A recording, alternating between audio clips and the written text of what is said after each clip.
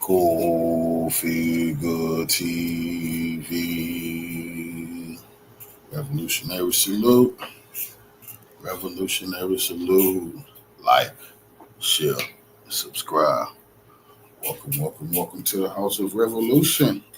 I'm your humble host. Do y'all mean the revolution? And Trump is under pressure. He's starting to fold. He's starting to crack. The Democrats smell blood. Epstein won't go away. Before we get into that, be sure to wipe your feet. That means hit the like button. You in the House of Revolution. Like, share, subscribe, support the platform. This thing is getting very, very interesting. Democrats is willing to sink their own dirty party to bring down Trump. Let's get into the content. Proud to join every single one of my Democratic colleagues on the Homeland Committee in invoking a century-old and little-known law known as the Rule of Five to compel the Department of Justice to release the full and complete Epstein files. Under federal law, when any 5 senators on the Homeland Security Committee call on the executive branch must comply. Our request covers all documents, files, evidence, and other materials in possession of the DOJ, the FBI, related to the case of United States versus Jeffrey Epstein. While protecting the victims' identities can and must be of top importance, the public has a right to know who enabled, knew of, or participated in one of the most heinous sex trafficking operations in history. Let me remind everyone of what's happened in recent months. Donald Trump campaigned on releasing the Epstein files. He broke that promise. In February, FBI Director Kash Patel promised during sworn testimony in his confirmation hearing he would, quote, make sure the American public knows the full weight of what happened. Well, that has yet to happen. A.G. Bondi said in February that a supposed, quote, client list, she said, was sitting on her desk right now to review. And she said that's been a directive by President Trump. 5 months later, we have 0 answers, only more questions. What have we gotten since? Stonewall, evasion, lies. So today, Senate Democrats took action. We're invoking federal law and using our authority as a check on the executive to compel transparency. That's why today's letter matters. It's not a stunt. It's not symbolic. It's a formal exercise of congressional power under federal law. And we expect an answer from DOJ by August the 15th. What's at stake here is not just the president's promises, although they are absolutely clear when he said, quote, President Trump says he will declassify the 9/11 files, JFK files, and Epstein files, end quote. That's President Trump. What's at stake here is more than the president's promises. It's the credibility of our justice system and the question whether there was proper criminal prosecution, whether it was complete and full, whether it was accurate, and what additional facts the American people are entitled to know. What's at stake is also the victims. This crime by Jeffrey Epstein and Ghislaine Maxwell was not a victimless crime. It was not just about money laundering. It was not just about lying to the government. It was about exploiting women, in fact, girls who were mercilessly and repeatedly subject to abuse and trafficking. And that is why the American people have a right to know who else was involved, whether the system really was rigged in favor of the rich and powerful, which is what the suspicion has been on the part of a lot of the president's supporters and why they so enthusiastically greeted his promises of full disclosure. He's broken those promises. We're going to enforce the law to make him fulfill his commitments to be transparent and full in disclosure.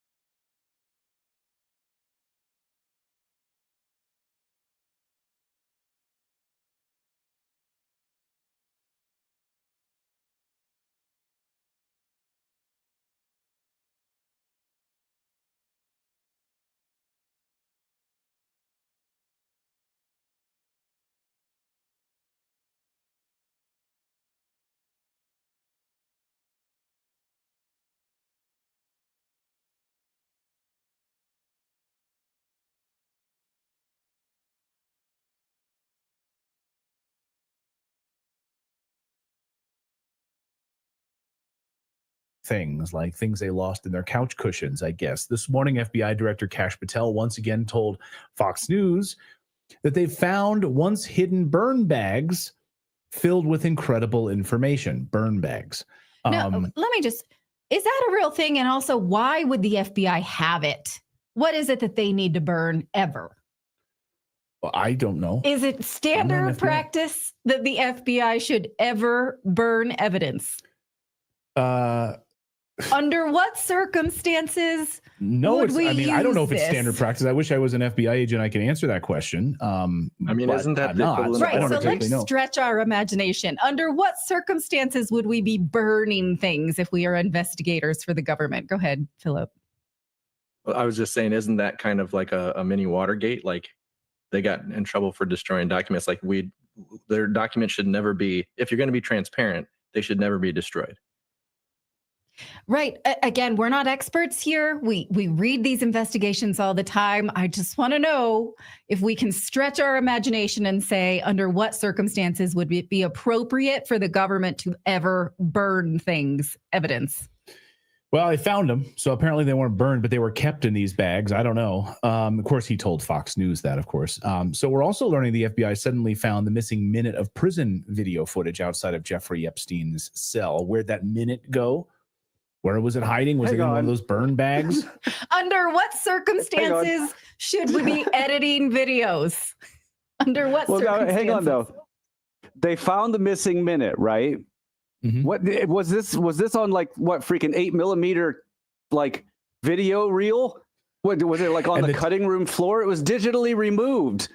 It was a VHS tape that said missing minute. And they're like, oh my God, it was on our shelf the whole time. The missing minute of video footage was on this VHS tape. You know what? Someone put it in the wrong case. They put it in the Ace Ventura Pet Detective case instead of the original VHS cover. So where'd that minute go? Was it also in a burn bag somewhere? How did they suddenly find it? Well, more on that in a second. Meanwhile, Ghislaine Maxwell says she'll testify in front of Congress if Trump frees her immunity. All of that gives her a pardon. He was asked that question. Watch. Would you consider a pardon or a commutation for Ghislaine Maxwell if she's It's something I haven't thought about. It's really something. recommended? It's something I'm allowed to do it, but it's something I have not thought But about. you wouldn't rule it out, sir. Why has the dollar? Yeah. So conservative influencers, though, seem to be embracing this idea already, maybe painting her as a bit of a potential hero. Some are predicting like this is how it'll go down in conservative influencer circles, maybe MAGA circles specifically. Here's how it'll go down, this meme. Ghislaine names a bunch of Democrats, maybe tosses in a few billionaires. She says Trump did nothing wrong. MAGA praises her for taking down the pedophiles. Trump pardons her for telling the truth. Well, Mel K is the host of the Mel K Show on Rumble, the author of Americans Anonymous, Restoring Power to the People, One Citizen at a Time. Mel has been covering this deeply on her show, and she joins us now to unpack all of this. Mel, great to see you. Great to see you guys. Thank you for having me. So let's unpack a couple of these things, the news of the day here. I just first want to get your take on Kash Patel's found thousands of sensitive Trump-Russia probe documents inside burn bags in secret rooms at the FBI. And he's turned these documents now over to the Senate Judiciary Committee. What do you make of that news, Mel?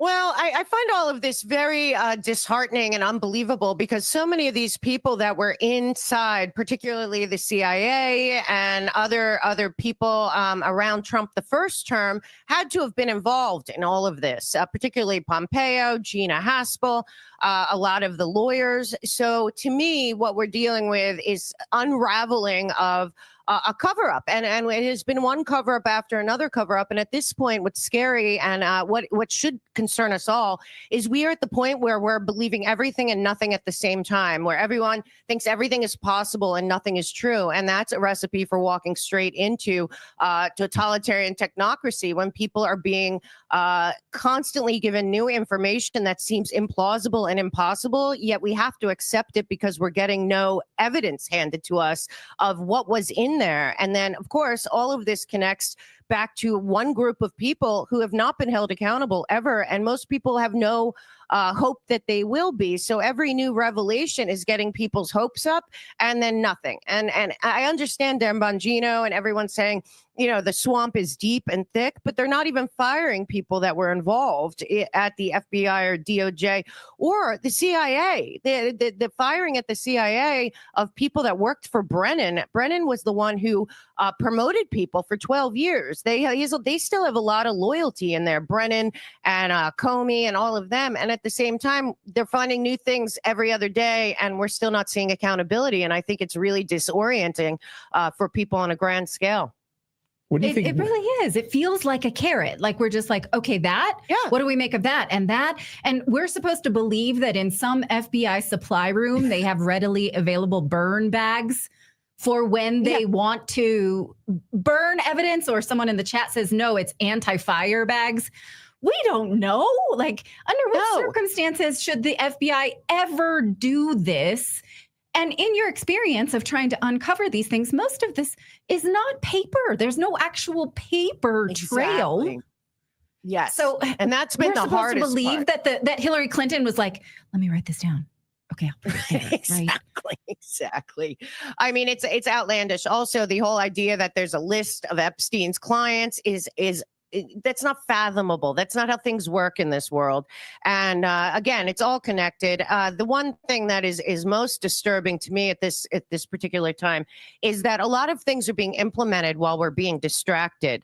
And I really am at a point where watching the implementation of technology, particularly AI, and like what could possibly end up being pre-crime AI technology, and nobody's really talking about all of these moves that are happening while we are all looking at the Epstein case, or we're looking at Ghislaine Maxwell and he's interviewing her. Are you telling me that nobody interviewed her before she went to jail? She was never offered a deal. I always thought, why wasn't Weinstein offered a deal? Why wasn't Maxwell offered a deal? Why weren't these people offered deals when they were arrested? And now we're supposed to believe that they never spoke to her until this week. Because of social media?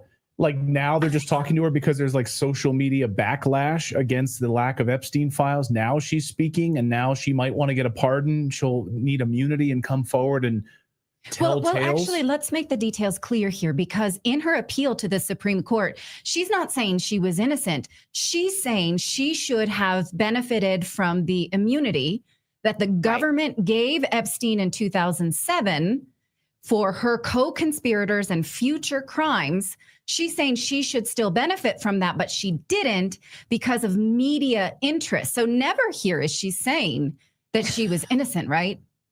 Right. And don't forget, there were multiple other women involved that their names are out there, too, that were also procurers, that were also basically madams.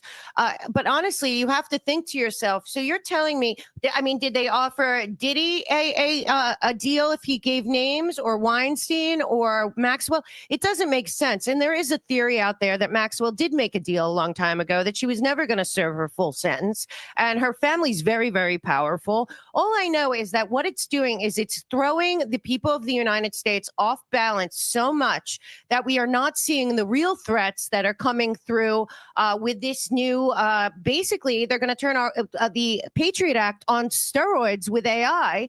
And in America, again, we have a Constitution and a Bill of Rights. And basically, they're saying forget unreasonable search and seizure, probable cause, warrants. All of this stuff is going out the window because of this new problem. So to me, I just feel like the American people should be really fed up with the news cycle and the lack of resolve to have any accountability, responsibility, or truth out there, while at the same time we're seeing the tech bros basically are running DC. So to me, there's so much going on, and yet the real issues, which are to me technocracy, which is of course the end goal of the globalists, is being built right before us. While nothing's coming to fruition, and people every day are like waiting, like you said, for the carrot and the stick, and we're walking forward, and before we know it, it's an all of government AI takeover, and people are just like out to lunch worrying about when are we going to get some justice for Crossfire Hurricane.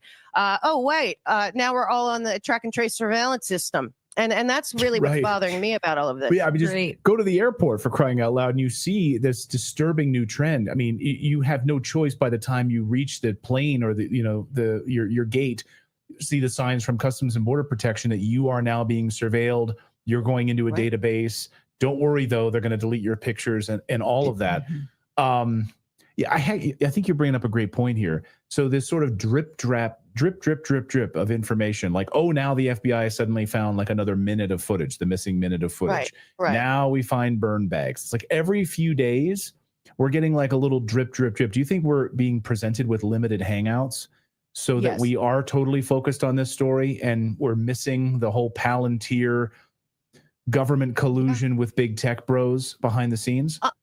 Unfortunately, I do. I was just in DC, and I'm telling you, the big tech bros have a lot more power than people think, particularly in multiple agencies. And now, you remember what happened when the all of government DEI program kicked off with Susan Rice under the AutoPen Biden presidency. Now it's an all of government AI program. And the other problem is, okay, so we get back our sovereign border, northern and southern borders. Great. I'm not so concerned about that. I'm concerned about the border in cyberspace and the global public infrastructure, and that the people that are working with the DoD and the government to install all of this AI also have deals with China and the EU and NATO, which shouldn't exist. And at all this time, we're being distracted by all this salacious where we want to see this, we want to see that. And people aren't questioning, where's the Constitution and the Bill of Rights in the all of government AI?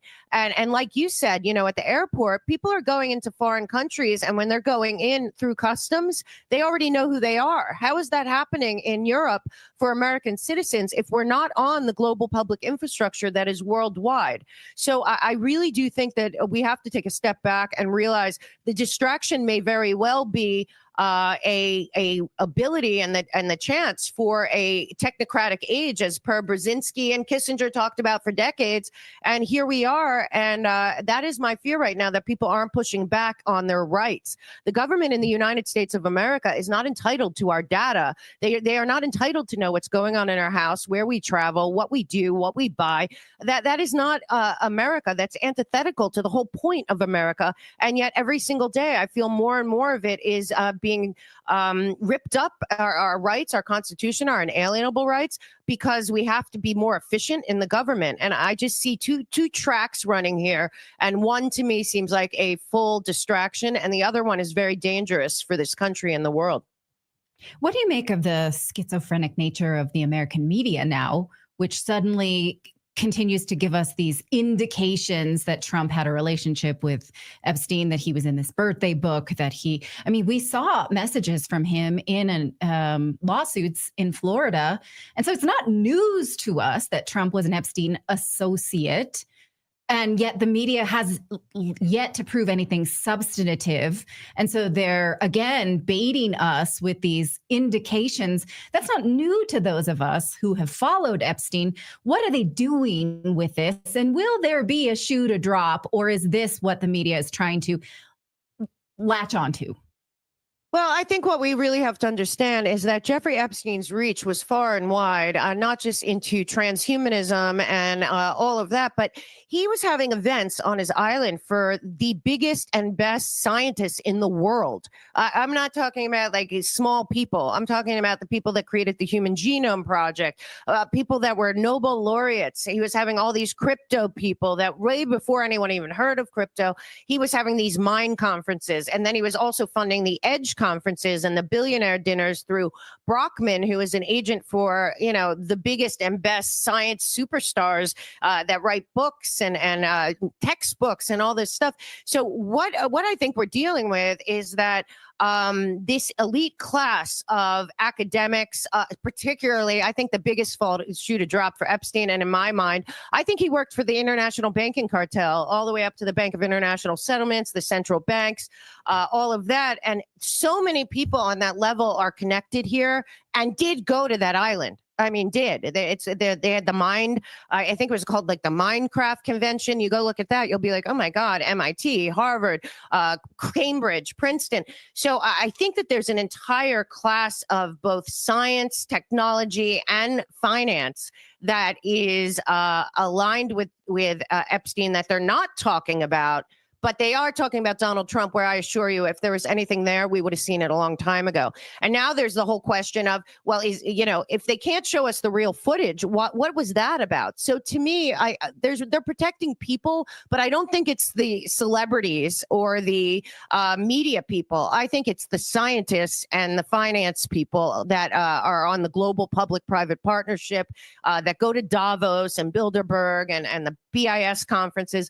I think the situation with him is very different than what people were led to believe. So, throw him some chum about Donald Trump or celebrities and they'll eat that up. Where at the meantime, I think we're talking about, weapons, transhumanism, all kinds of things that would be exposed and the people would be exposed. And like Trump said, well, maybe not everyone's guilty. Well, who cares? Let's just find out what was going on. And then we can find out, who should be held accountable. But I think this is about protecting, again, the science. Don't forget, Jeffrey Epstein was very involved in everything that led to COVID as well. He was a member of the Trilateral Commission, a member of the Rockefeller Institute, a member of the Council of Foreign Relations at the top.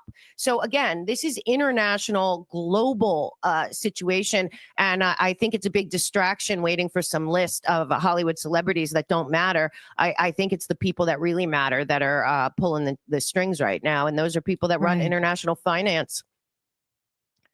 Yeah, all the really powerful pedophiles and all the really powerful scientists and all of these really powerful people, they're all it doesn't matter, you're left or right, they're all involved in this. And that's probably why we're never going to see this information. And meanwhile, this technocratic state is being built behind the scenes. It tracks. Have you ever read the book Confessions of an Economic Hitman? Oh, it's the best. I tell everyone to read it. Exactly. It feels very much like that was Jeffrey Epstein's shtick, which means it's not any one government, it's many governments. I feel like that's the best way to look at this template. He was that. Yeah. Yes. So, 1,000%. Just look at everything he invested. It's all over the place at the highest level, even above our governments. Yeah. All right. Mel K, great to see you as always. Thank you so much for joining us and sharing your insights on this. And I think, we're being played. We're being played once again. Mel, great to see you. Thank you so much. Well, thank you guys. Thanks for being the best out there. I appreciate it. Thanks. Oh, you're so kind. No, Thank you're you, the best. No, Stop it. Stop it. Thanks, Mel. All Bye, right, guys. All right, coming up here on the show, we are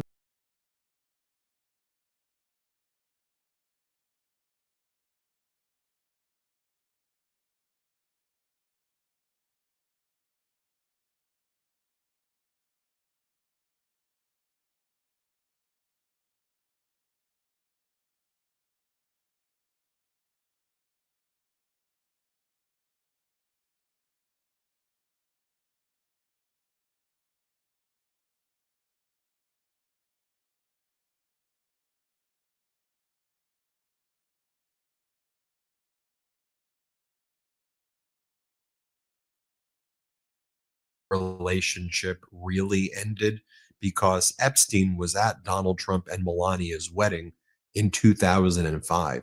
The truth is fairly shocking, and you've asked for it. We delivered.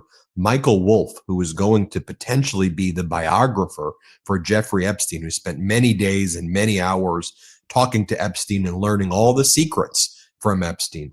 And Wolff is also a biographer of Donald Trump. Wolff knows the real story. It involves Russian oligarchs, a real estate deal gone wrong, and Epstein's belief that because Donald Trump screwed Epstein over in a real estate transaction and subsequently sold the property to a Russian oligarch for 2 times the value, when Epstein threatened legal action, Epstein thought, is it possible that Donald Trump was the person who, because Trump knew all about what he and Epstein were getting into, that Trump was the one who initially went to authorities to go after Epstein that way as this litigation battle was heating up. Jeffrey Epstein sat with Michael Wolff and told Wolff this story back in 2019 originally. Wolff then published some of that story. You're going to hear more from Wolff now in a book about Donald Trump called Siege. And then Epstein called Wolff up panicked and saying, I may have told you too much. 3 weeks later, Epstein is arrested and dies after signing that non-prosecution agreement back in 2008 with the Republican United States Attorney. So we get exclusives now from Michael Wolff here on the Midas Touch Network. He makes these just for you, just for the Midas Touch audience, the #1 YouTube podcast in the country right now. So without further ado, let me bring in the Michael Wolff exclusive. Michael, take it away. Yesterday in Scotland, Donald Trump was falling all over himself to explain when he stopped being friends with Jeffrey Epstein. An acknowledgement, by the way, that they were friends.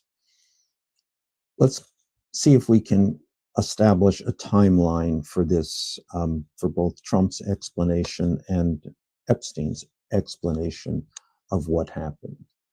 Trump says that he threw Epstein out of Mar-a-Lago. Epstein, by the way, had never been a member of Mar-a-Lago.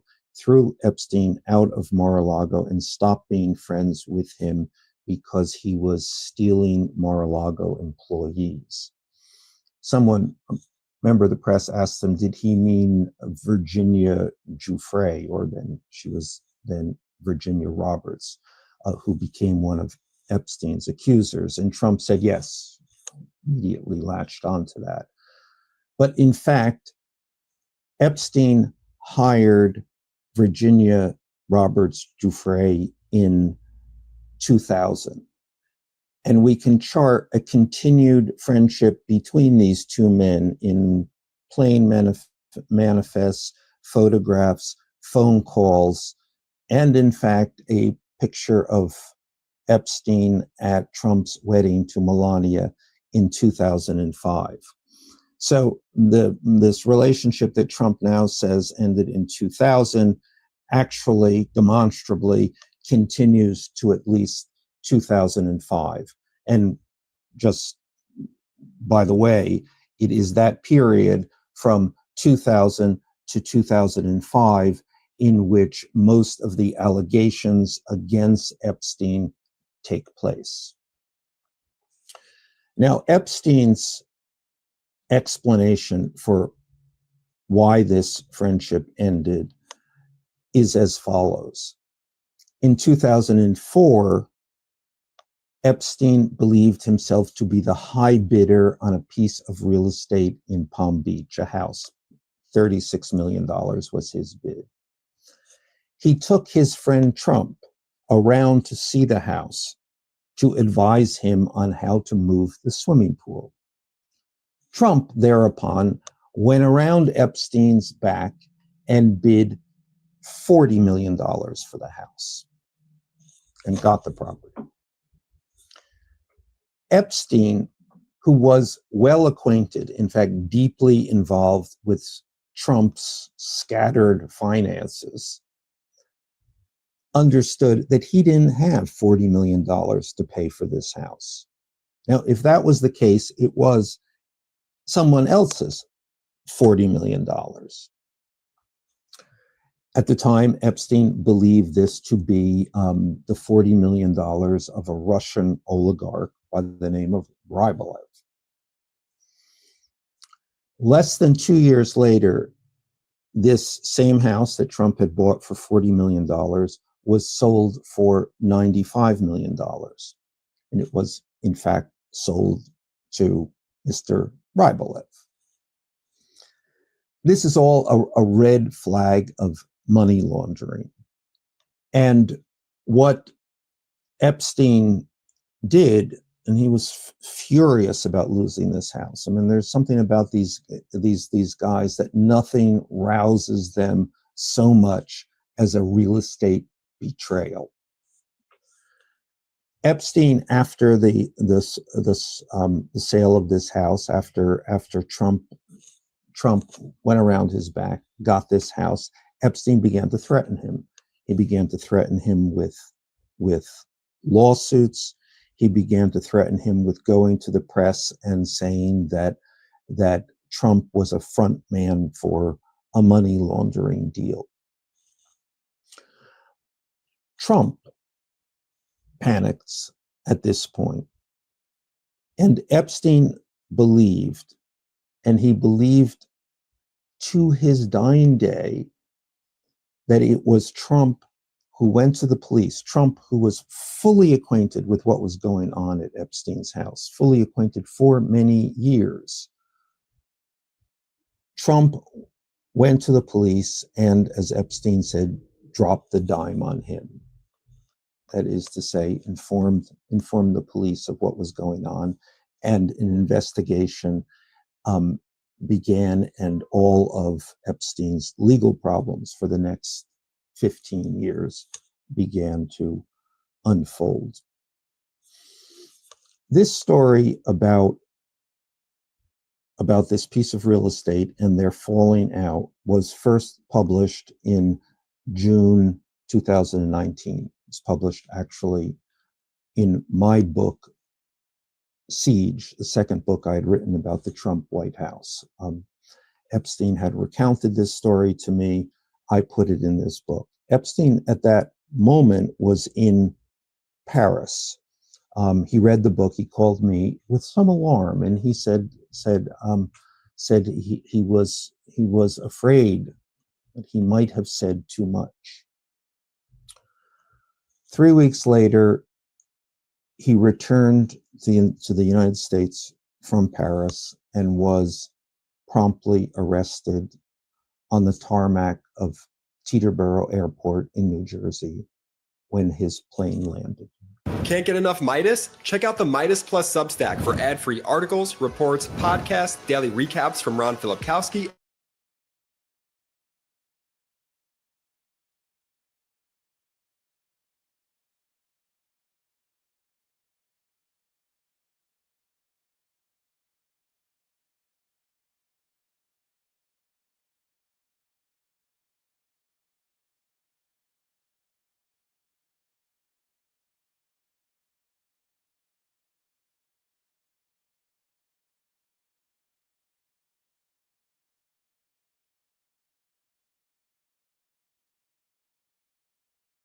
On Nick's nonprofit. You can buy his books as well. There'll be links in the descriptions.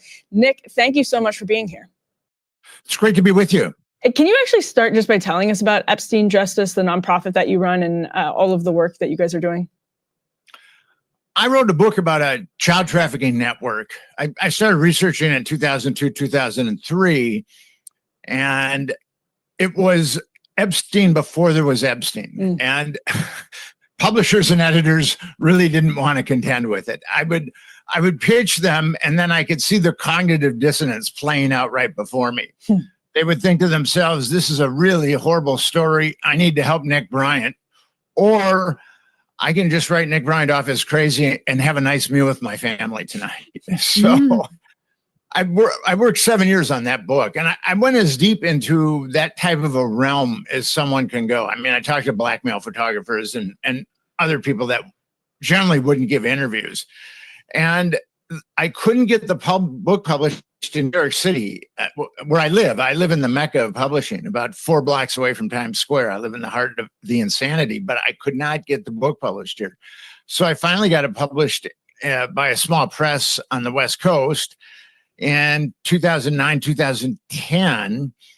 And in the interim, I had become an activist regarding anti-child trafficking. I've spoken at a lot of conferences. The National Center on Sexual Exploitation has an international summit every year, and I've spoken at 3 of those. And I've spoken at a lot of conferences. I've really got involved in this particular subject. And then I was reading about someone named Jeffrey Epstein in 2011, and he seemed to have an insatiable appetite to molest underage girls. But then I also saw that a grand jury had said that he hadn't molested a single child. And that was the exact same thing with the book that I wrote. There were 2 very corrupt grand juries that said not a single child was molested, like the grand jury that looked into Jeffrey Epstein said that not a single child was molested. And I don't know if your audience is familiar with how grand juries work, but a special prosecutor is chosen to oversee a grand jury, and grand jurors are just citizens that have shown up for jury duty, have been found to a grand jury. And the special prosecutor is solely responsible for calling the witnesses and showing the grand jurors exhibits and of evidence. And there was a New York Supreme Court judge that said grand jurors have so much, or special prosecutors have grand jurors, special prosecutors have so much power over grand jurors that they could get them to indict a ham sandwich. So I saw that a ham sandwich was indicted in Florida, and then I went down there and ultimately went down there in 2012. And so before the infamous influencer binder moment from Pan Bondi, where they claimed, oh, this is the Epstein files phase 1, and they claimed to be releasing all of this new information, you actually had published even more of that information. You were the first person to put out the Epstein Black Book. In fact, I think it's fair to say that you are the person, journalist or non-journalist, government agency, or anyone on the planet who has exposed the most information about Jeffrey Epstein. So can you take us back and talk to us about his Black Book, what it contained, and what you take to be the import of that, and what it exposes about the way that he operated? Well, actually, I was the first guy to publish the flight logs too. And when I was in Florida, 2012, investigating this, I do my thing. I was knocking on doors, talking to people, making calls. And then I had a fortuitous experience where I was able to acquire the Black Book. And how the Black Book came into being, as far as me being able to access it, Alfredo Rodriguez, Jeffrey Epstein's house manager, stole it. And he was trying to sell it to one of the attorneys that were representing Epstein victims. And he was trying to sell it for $50,000. And he called it the Grail. And the attorney called the FBI. The FBI did a sting. And then attorneys for Epstein ultimately got the Black Book, or attorneys for the victims ultimately got the Black Book. And that's how I got it. But I can remember the day that I got it. I was staying near Naples, and most of my beat at that point was Fort Lauderdale, Miami. So I woke up really early one morning. Lawyers generally like to have meetings early in the morning. So I wasn't on too much sleep, and I drove there, and then he handed me the Black Book, and I just went like, whoa. And and then I went to a Dunkin' Donuts and had a couple of cups of coffee and looked through it all. And I was really stunned. But what was really edifying to me, and I think that I might have been the first journalist to know this, is there's well over 100 victims in the Black Book. Well over 100 victims. And I started calling them. And most of them did not want to talk to me, which I understand. I've taken on this topic before, and a lot of victims just don't want to talk because they've been so badly burned. Yeah. But I did talk to a few of them, and they talked about being flown around, and they talked about an island. And at that point, I realized that Epstein was running a nationwide pedophile network and that he had an island where he would fly girls. And I came back to New York City in 2012. And again, editors and publishers really weren't enthusiastic about that information. And in your experience, I mean, there's that famous video, I think that Project Veritas got of Amy Robach back in the day saying they killed her Epstein story. She had it all.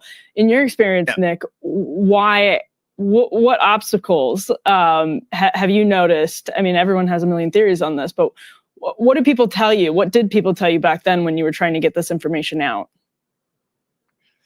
They provided a number of disingenuous responses. Like it was too old. I mean, when one editor told me it was too old, when like a month later they published an article on the Revolutionary War. So obviously, you know, but they just didn't want to touch it. It was radioactive, and because I was the fountainhead of it, they looked upon me as radioactive. And if you look at how the media has covered Epstein, they've been pretty good at digging up salacious dirt on Jeffrey Epstein and his co-conspirators, but I'm not aware of one major media outlet that has called for justice, because so many little girls were molested by the machine that Jeffrey Epstein and Ghislaine Maxwell built. And why don't we have outrage in the media? I mean, why don't we have people in the media demanding that there be a congressional investigation? I just think that that's bizarre. Yeah. Let's put A7 up on the screen. This is, excuse me, with regard to this video that was released, you know, when the Department of Justice under Trump puts out this 2-page memo saying nothing to see here, case closed, Jeffrey Epstein killed himself. And they put out this video that purported to show Jeffrey Epstein's cell that they claimed was completely unaltered. Well, it turned out there was at least 1 minute that was missing from the video. Pam Bondi gave an explanation of, oh, well, it's just like that. It always resets at that time. CBS dug in and they found a number of instances where the video appeared to have been altered and edited. And they also had a source that told them that's not true, that there was this minute originally missing, you know, and that there's some weird reset every night that leads to this minute being missing. So, yeah, I'm curious your reflections on the way that this Trump administration has behaved, and, you know, what you make of the extraordinary moves of, oh, we're going to release the files and here's these binders that expose nothing new and the client list is on our desk. Pam Bondi says we're reviewing hundreds of thousands of hours of footage and that's why it's taking so long, to all of a sudden there's nothing to see here, we're closing the case, here's a video, everyone shut up. And now Trump is saying, well, there are files and my name may be in them, but it was put in them by, you know, Hillary Clinton or Brennan or Comey or some other of my adversaries. How are you making sense of all of this? Well, let me address the prison. The Bureau of Prisons took an unbelievable amount of heat in 2019 when Jeffrey Epstein apparently killed himself. And if the Bureau of Prisons could have exonerated themselves with any kind of cogent footage, they would have done it in a heartbeat, but they didn't. And then all of a sudden, this footage just magically appears. And what's interesting is Dan Bongino, the number 2 guy at the FBI, had a podcast where he was continually questioning Epstein's, whether Epstein committed suicide or whether he was murdered. And then he gets behind this ridiculous footage. I mean, really, really ridiculous footage, and thinks, yeah, Jeffrey Epstein murdered himself. I've got no doubts now. It's amazing what happens to people once they get a little power and they get into office. And I don't know why he's done a 180 on that. There's various explanations for it, but he's definitely done a 180. And with the Bondi debacle, I can kind of walk you through it. On February 26, Bondi was on Fox and she said, I'm going to release the Epstein files. Everything that you will ever need to know will be released. And then a few days later, she released some files and it was essentially a nothing sandwich. And then she declared that she'd been bamboozled by the FBI's New York field office. I forgot about that part. Yeah. So we can say that she was either lying on national television or she was inept. And I'm a charitable person, so I'll just call her inept, at least at this point. That's what I was thinking. And then she further tarnished her credibility by saying that, yes, there was tens of thousands of videos of Epstein with children or child porn. There are hundreds of victims. But then she said, and this kind of amazes me. She said that the FBI was looking through it for the first time. And when Epstein got arrested in July of 2019, the very next morning, the FBI drilled through a safe. Now, the safe was the size of a closet.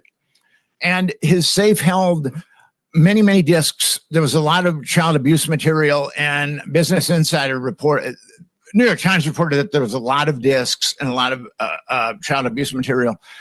And Business Insider reported that there were hard drives too.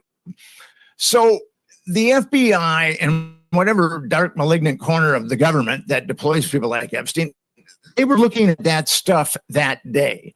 So for Bondi to come out and say that the Epstein safe was opened up and it hadn't been looked at for 6 years, that was kind of her crescendo of mendacity. I mean, you really, I mean, because I've followed this case so closely, I've been able to kind of see these lies in real time. But yeah, she really got herself into a hole.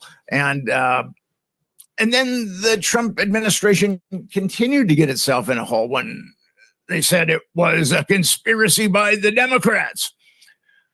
Well, what happened was it was actually a conspiracy started by the Republicans. Jeffrey Epstein got his sweetheart deal in 2007, and he got it via the Department of Justice, the Southern District of Florida. Alexander Acosta was the U.S. attorney, and he was going to impanel a grand jury to look into the allegations about Jeffrey Epstein. And actually, they had a list of 34 victims. I have that list, but they knew of 40 underage victims. And what happened there was a major travesty of justice.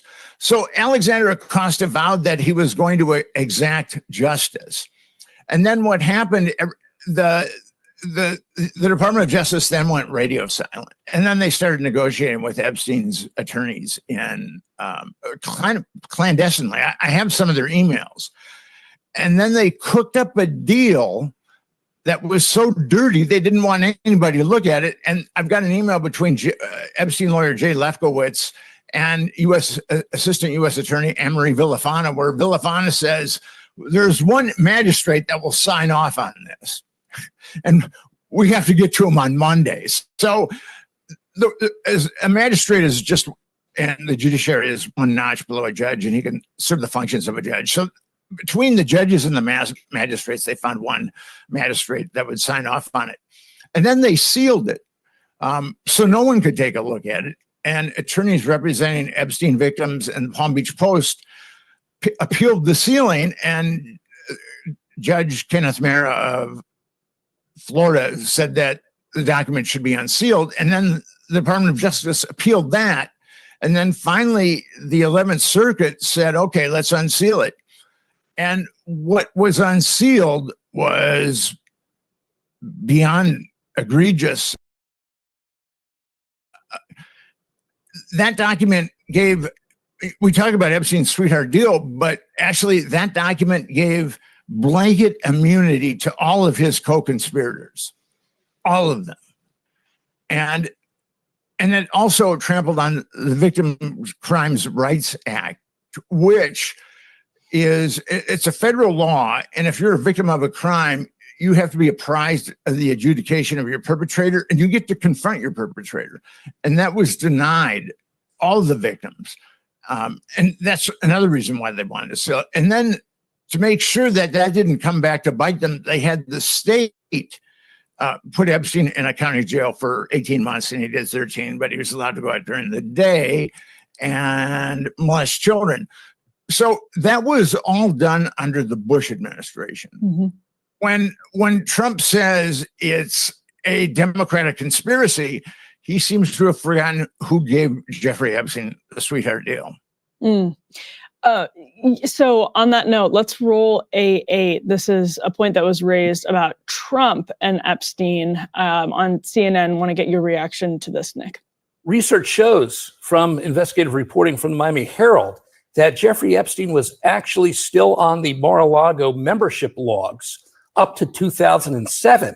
Okay, so Trump was still getting money from Jeffrey Epstein up till 2007.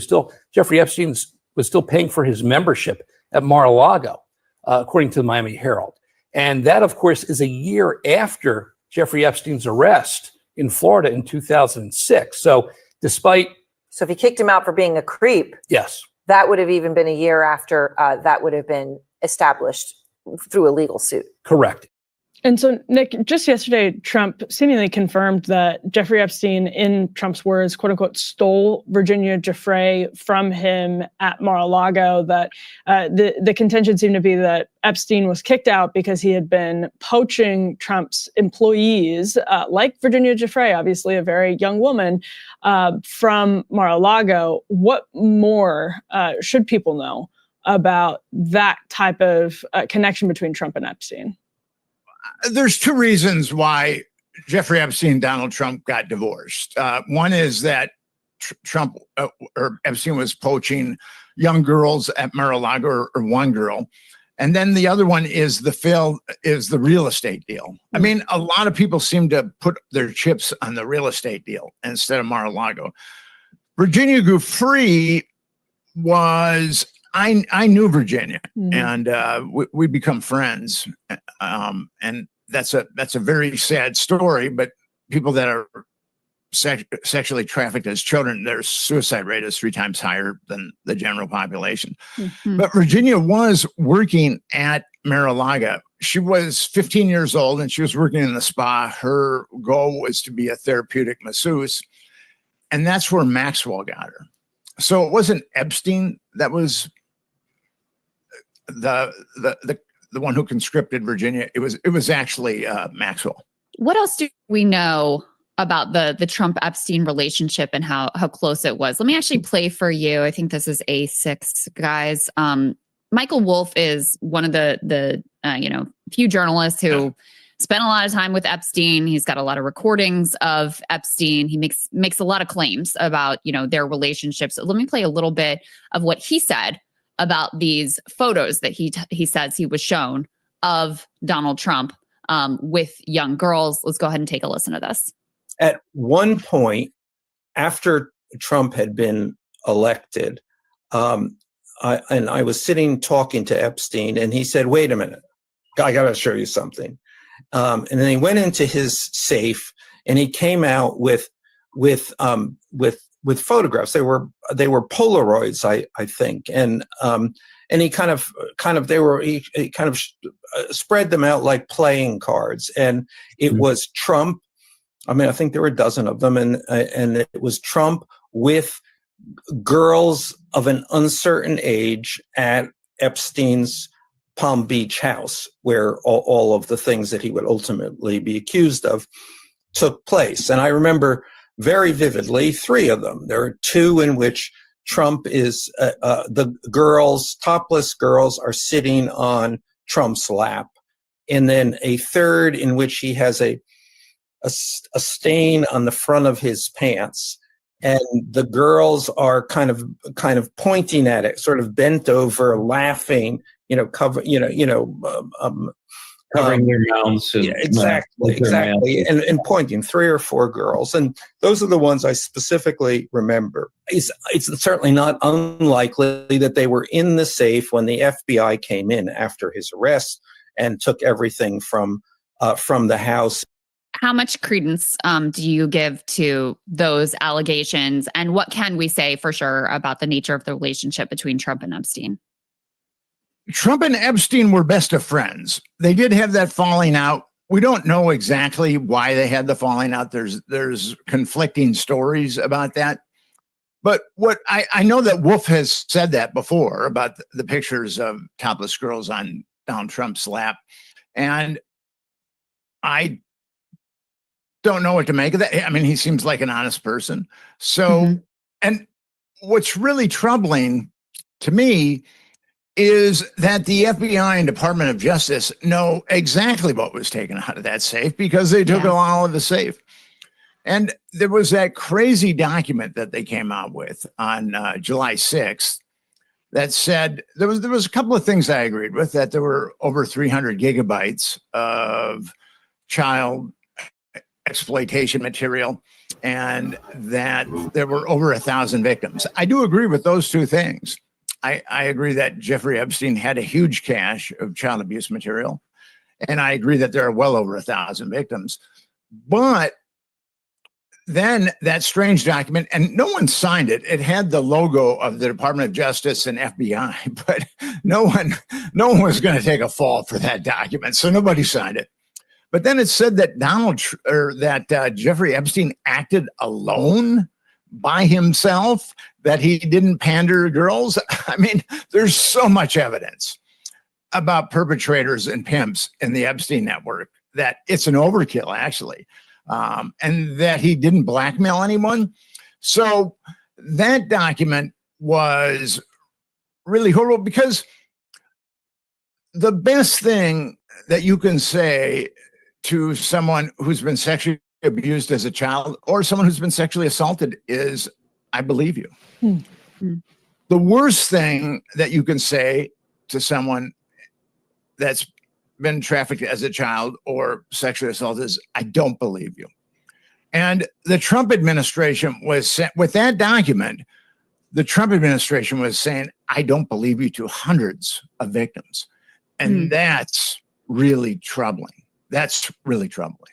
So I have a sort of strange question, Nick, and credit to Brianna Joy Gray, who did a good interview of Whitney Webb the other day. But they mentioned, Whitney mentioned something quite interesting, which is around the time that Hulk Hogan, the recently deceased Hulk Hogan, started suing Gawker for the sex tape, which we now know was bankrolled by Peter Thiel. That lawsuit was bankrolled by Peter Thiel, who had been outed by Gawker. That's actually around the time that your little black book story was published by Gawker. And so the connection there is somewhat interesting. I wanted to get, there are all kinds of connections that could be absolutely nothing in this case or could be compelling. But what is your take on, since you're the one who published the story, have you ever heard anything since that there might be, that Thiel may have been irked about that reporting?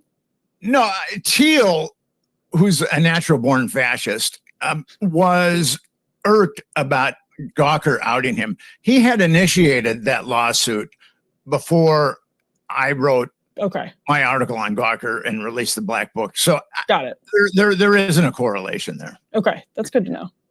I've one last question for you, which is, you've studied not only, as a journalist, not only have you studied this case and this pedophile ring, which obviously, involves many elites in America and around the world.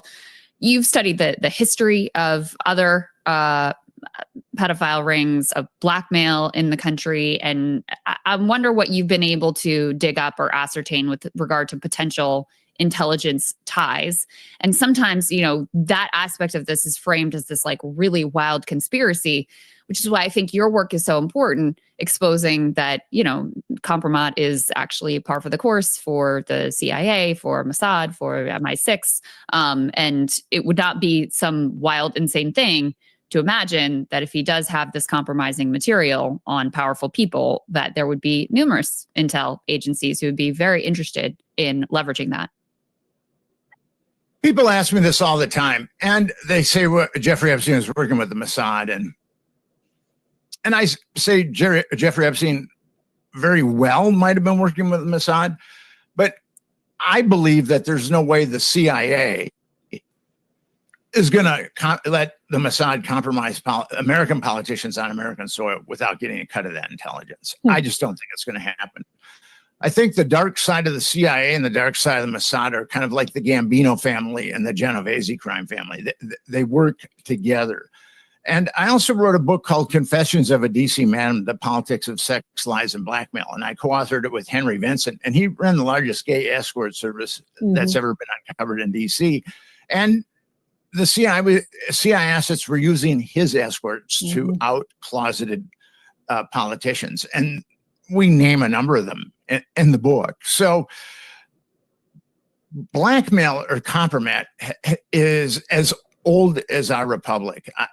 There was a muckraking journalist that came across a story of Alexander Hamilton having an affair with a married 23-year-old. And her husband was blackmailing Alexander Hamilton. And then the muckraker wrote a story about Hamilton's woes. And then, and Jefferson and Hamilton had a lot of antipathy towards each other. And the muckraking journalist thought that Jefferson would give him an appointment in his administration because he helped Sully Hamilton's. And what happened there was he did not. Jefferson didn't let the guy in his administration. And then he wrote a book or an article or some articles about Jefferson having sex with one of his slaves, Sally Hemings, which DNA has shown to be the case. So compromat is as old as our republic. And there are a lot of our politicians that are compromised. Mike Johnson, last week, he adjourned Congress early so it couldn't vote on investigating a child abuse network. I mean, what's that about? That's very strange. And he's got, and I did some research into him. I wrote an article about him. He's got this software called Covenant Eyes that he and his 17-year-old son have. And it enables them to keep track of their pornography consumption, which I thought was very strange and extremely cringeworthy. So why is Mike Johnson holding this up? The decent thing to do would to investigate Jeffrey Epstein and the child molesters. But because blackmail is so integral to our system, and Johnson might even be blackmailed, or someone whose blackmail is putting pressure on him, that's why our system is so dirty. And there's Republicans and Democrats that are compromised. They're both. I mean, this is a partisan effort. Yeah. Well, Nick Bryan, thank you so much. First of all, for your work. And again, everybody go to EpsteinJustice.com to support your work there. And thank you so much for joining us this morning. Thank you. Can I just add one thing?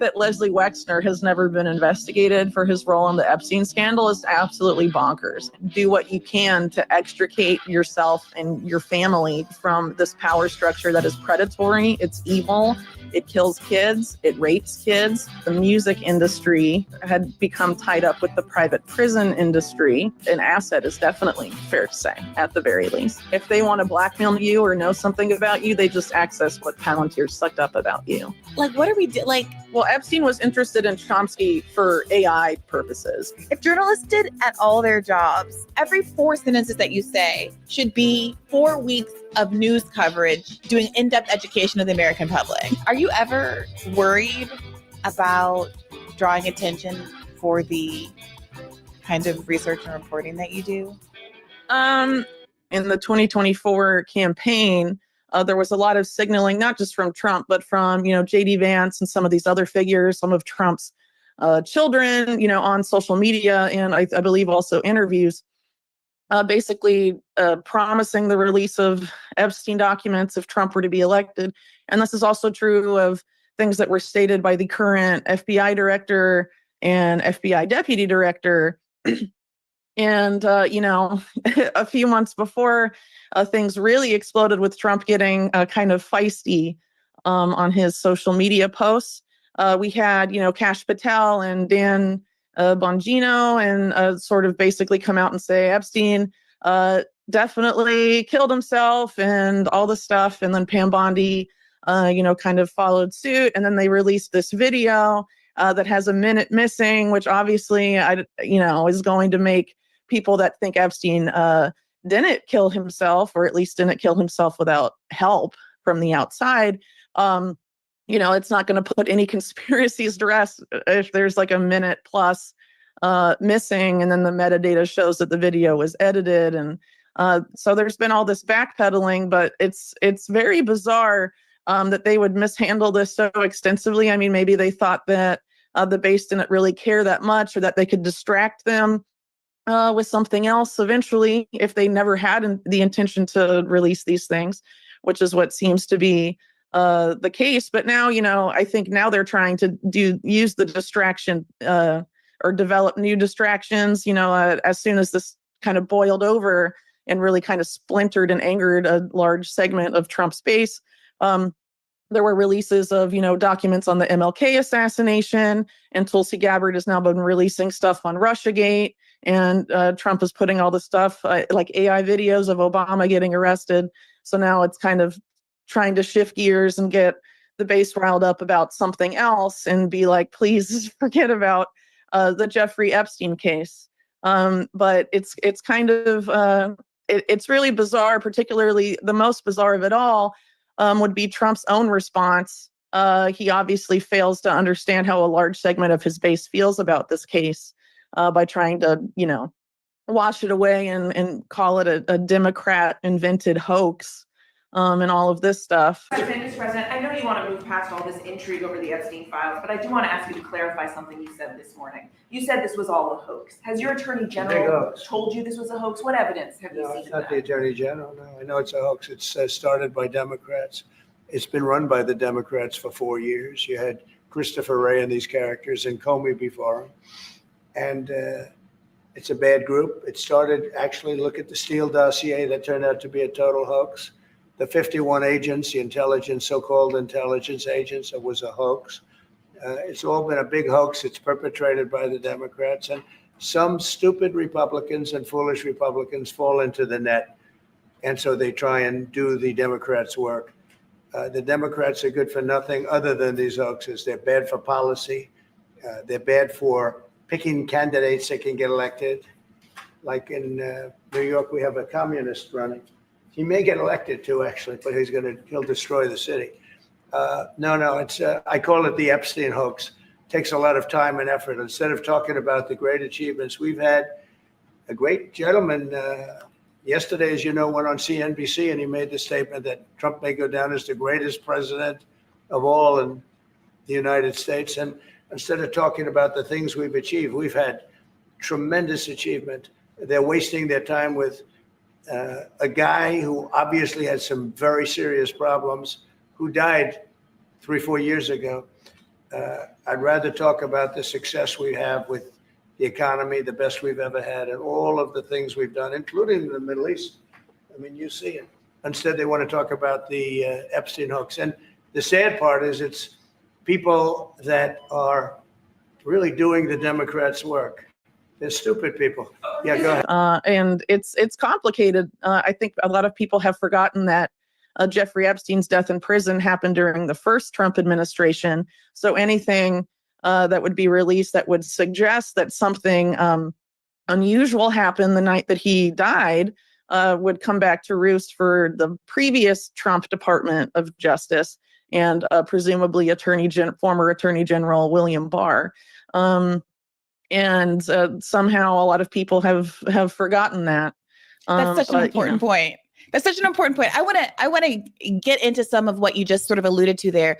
One, the fact of Donald Trump including in his administration so many figures that had vocally been proponents of the idea that there is some kind of cover-up going with respect to Jeffrey Epstein's death because of some kind of complicity with the powers that be, that there's a blackmail scandal, that there's some kind of government control going on there. And that is why so many important people feel like there needs to be a cover up. And these include Dan Bongino, who was a sort of a podcaster, a commentator prior to being brought into the Trump administration.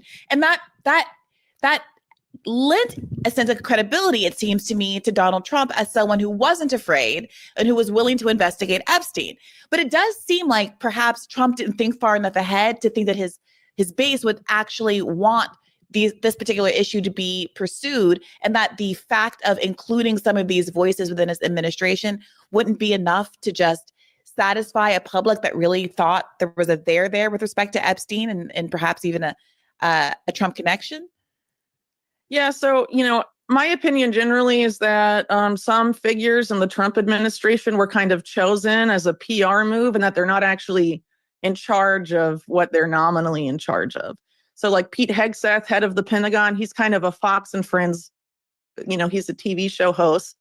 And the deputy director of the Pentagon, Steve Feinberg of Cerberus Capital, is most likely the person actually running the Pentagon, not Hegseth, in my opinion. And I think that's true also for RFK Jr. in charge of HHS. I don't really think he's running. He's just kind of this figure that connected with Trump's base, particularly during the COVID era, and made them think reforms would come. And those reforms haven't really come, but he's kind of there to give the impression that things have changed. But the person behind him, the deputy secretary, is Jim O'Neill, who's a career affiliate of Peter Thiel, who's also the power behind J.D. Vance and, the man that made Palantir what it is. And so, I think it's just a way of sort of masking the people that are actually running stuff. And I think that's probably true, too, of Kash Patel and Dan Bongino, who were basically out there. They were making the rounds on podcasts and were making these connections and building trust and relationships with the public in Trump space. But it seems like they're not actually running anything, in my opinion. They're kind of figureheads in a way, and they're willing figureheads, I would say. Yeah, there was that hostage video. It felt like a hostage video with Kash Patel and Dan Bongino kind of sitting there saying, no, we looked and there's no scandal, there's no Epstein cover up. Yeah, and that's what Trump's base, a lot of them thought too. And it's kind of impressive in a sense that would not have been an anticipated reaction to these guys being rolled out to do that. So maybe I don't really know what to think about it. It's very odd. And I think people, either it was a drastic underestimation of how much this case matters to the American public, or maybe it was something else that, has yet to make itself apparent. I honestly don't know, but it's definitely been very bizarre. And a lot of the comms have been, seem to have been, it's just been bungled, frankly. Yeah. So you mentioned the video. That's the Epstein jail cell surveillance video that was sort of released as a there's nothing to see here, but they hadn't cleared the metadata, and it was apparent that there was missing content from this video. Yeah, and apparently also, it focuses on a few cell doors, but those weren't the doors to Epstein's cell. In the bottom, you can see the path to a stairwell that leads to where Epstein's cell was. So it's not even really that, the entry to where Epstein was is not actually the focus of the video, but I guess having it on those doors makes people think that kind of misleadingly, those were the doors to where Epstein was.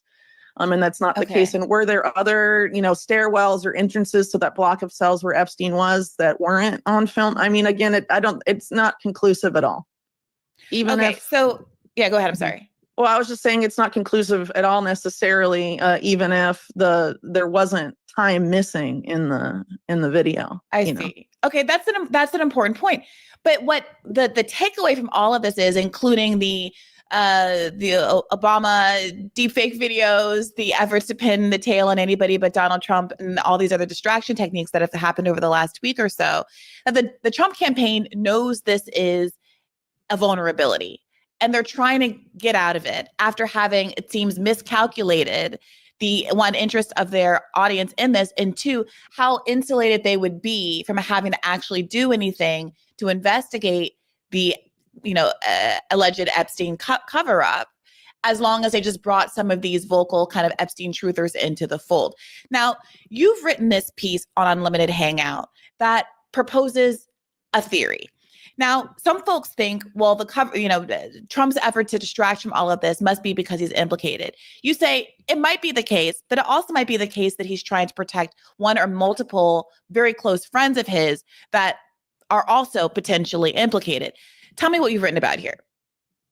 I started a new series, which is called First Friends, which is sort of like a play on, like First Lady. And yeah, the idea is what you said, exploring the possibility of figures close to Donald Trump, still close to Donald Trump, that have unusual, or rather that have never been reported about connections to Epstein, which suggests that, if I could find it, I'm sure the New York Times and these people could have found it too. And why haven't they reported on it, especially if there's blood in the water against their least favorite president, right? So the first person in this series is about a man named Flavio Briatore, who's probably best known for his career as a top guy in Formula One racing in Europe. He's Italian. He's also pretty well known for having dated and been engaged at one time to Naomi Campbell, and later fathering Heidi Klum's first child, Lenny Klum. But beyond that, he's a longtime friend of Donald Trump. As I put in the article, there's a video of them together doing the Italian edition of The Apprentice, because, as Trump says in the video, when it was time to bring The Apprentice to Italy, there were lots of people that wanted to star in it, but he only wanted one person, and that was his longtime friend, Flavio. And they talk about their long-term friendship in that clip for those that are interested. But Flavio Briatore has a few unusual links to the Epstein case, which I explore here.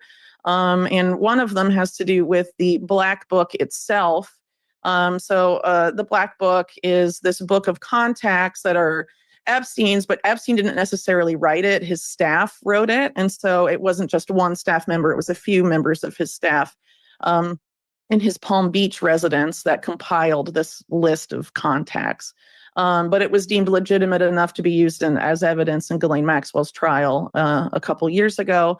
So it's considered to give it was then considered to give a relatively accurate portrayal of the time of sort of, frequently contacted figures in Epstein's world during, the particular period of time that the Palm Beach case in particular spanned.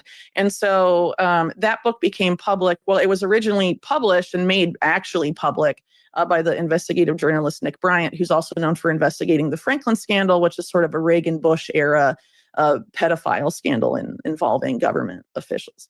And he published that at Gawker, I believe, in 2015, but he came into possession of it sometime, I think, around 2012 or so, he said. But prior to that, the FBI obtained it from Jeffrey Epstein's former butler, Alfredo Rodriguez, who died the same year it was published in 2015. But earlier, he had tried to basically sell the Black Book, initially to one of the victims' lawyers, Brad Edwards, who works with Stanley Pottinger at, I forget the name of their law firm, but they're two of the main Epstein lawyers. And so instead of buying the book, I mean, obviously it's fair that he wouldn't pay an enormous, the large sum that Rodriguez was asking for it. But Edwards instead tipped off the FBI and basically sicked the FBI on this guy. And the FBI set up a sting operation to buy the book from him, and Rodriguez went to prison, which later Epstein, when he was asked about it, said about the Black Book, he was like, it never should have been published. It was terrible that it was published, but now my butler, or, my former butler is in prison for, the crime of publishing it. Of course, I'm paraphrasing. That's not a direct quote, but that was essentially what he was saying. So he agreed with Rodriguez being put away. And it's important to point out that Epstein was an FBI informant during this period. So, there may have been some duplicity there, but again, I don't know. But what's important here is that Rodriguez, and when he tried to shop this book around, he circled names that he said were co-conspirators and material witnesses to Epstein's sex trafficking crimes. So Flavio Briatore is one of the circled names. Alan Dershowitz is a circled name. Leslie Wexner, Jean-Luc Brunel, who is the French accomplice of Epstein that died in prison while awaiting trial in 2022. And then Donald Trump is also a circled name, which oddly enough hasn't really gotten a lot of coverage over the years. Nick Bryant, of course, talked about that, but a lot of people act like Trump was never accused. And then Brad Edwards later went out and said to Derek Brose when he was interviewed by him that Trump had actually been very helpful. But of course, Trump and Epstein at that point had a personal falling out. And also Brad Edwards' law partner, Stanley Pottinger, has kind of a suspect history, sort of acting like the Democrat equivalent of William Barr, which is basically a mop-up man for government scandals. Over the course of his lengthy career as a lawyer working on behalf of the government and the Department of Justice. So there's a lot of question marks there. Okay, so Whitney, I just want to make sure I'm following the implications. So in this book that Epstein's former butler was trying to shop and got caught up in the sting operation, there were a number of circled names that were supposed to indicate material witnesses and co-conspirators and enablers, I guess. To the sex trafficking. Yes. But And Rodriguez who- didn't specify why he circled those names. And he died the year that the book was published by Gawker and also in prison.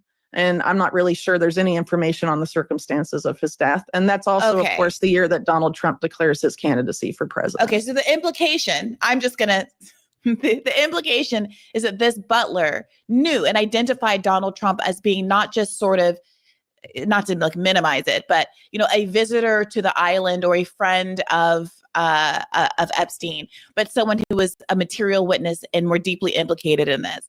That man, the butler, dies in prison the year that Donald Trump announces his candidacy for president in 2015.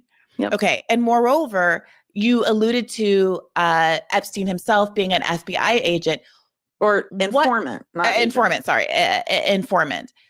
Can you tell us more about how we know that to be true, and also what the implications are then for this sort of scenario that you set up, where I'm just gonna say, where the implication is that Donald Trump benefited enormously from this being buried because of the death of the man who circled him and fingered him as being substantively implicated in Jeffrey Epstein's sex trafficking. I mean, no one can interview Alfredo Rodriguez now about why he chose to circle Trump's name or Briatore's name or any of these other figures. Courtney Love was also a circled name. Interesting.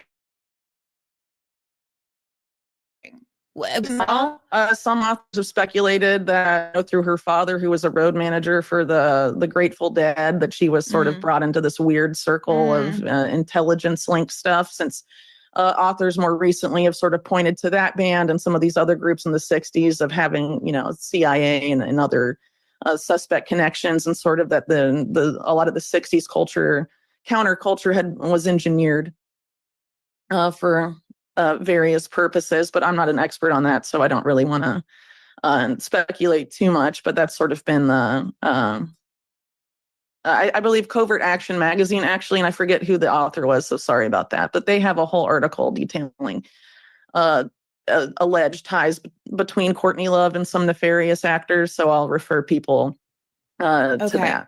I read it once, but I wasn't, I didn't absorb it enough, I guess. Whitney, the way that you rattle off all of these facts and names, I don't think there's a single person listening that would judge you for not remembering the name of one magazine that talked about one article at some point about Courtney Love. I also have a very young baby at home, so I'm sleep deprived, so that may influence things a little bit. Even more of a credit to you, frankly. So I feel like I have to ask, is there any reason to sort of doubt the credibility or the motives of this Epstein butler, especially since he was caught trying to sort of like personally profit from the sale of this book? Yeah, I mean it's possible, but at the time Trump was not a political candidate, and a lot of the other names that are circled are people that are well known to have been accomplices to the crime, like Maxwell, like Jean-Luc Brunel, Leslie Wexner, Jeffrey Epstein's main benefactor. And we also do know, for example, that the most famous Epstein victim of all, who died earlier this year, Virginia Roberts, she was recruited by Ghislaine Maxwell while working at Trump's Mar-a-Lago resort. So there's a possibility that there may have been something there.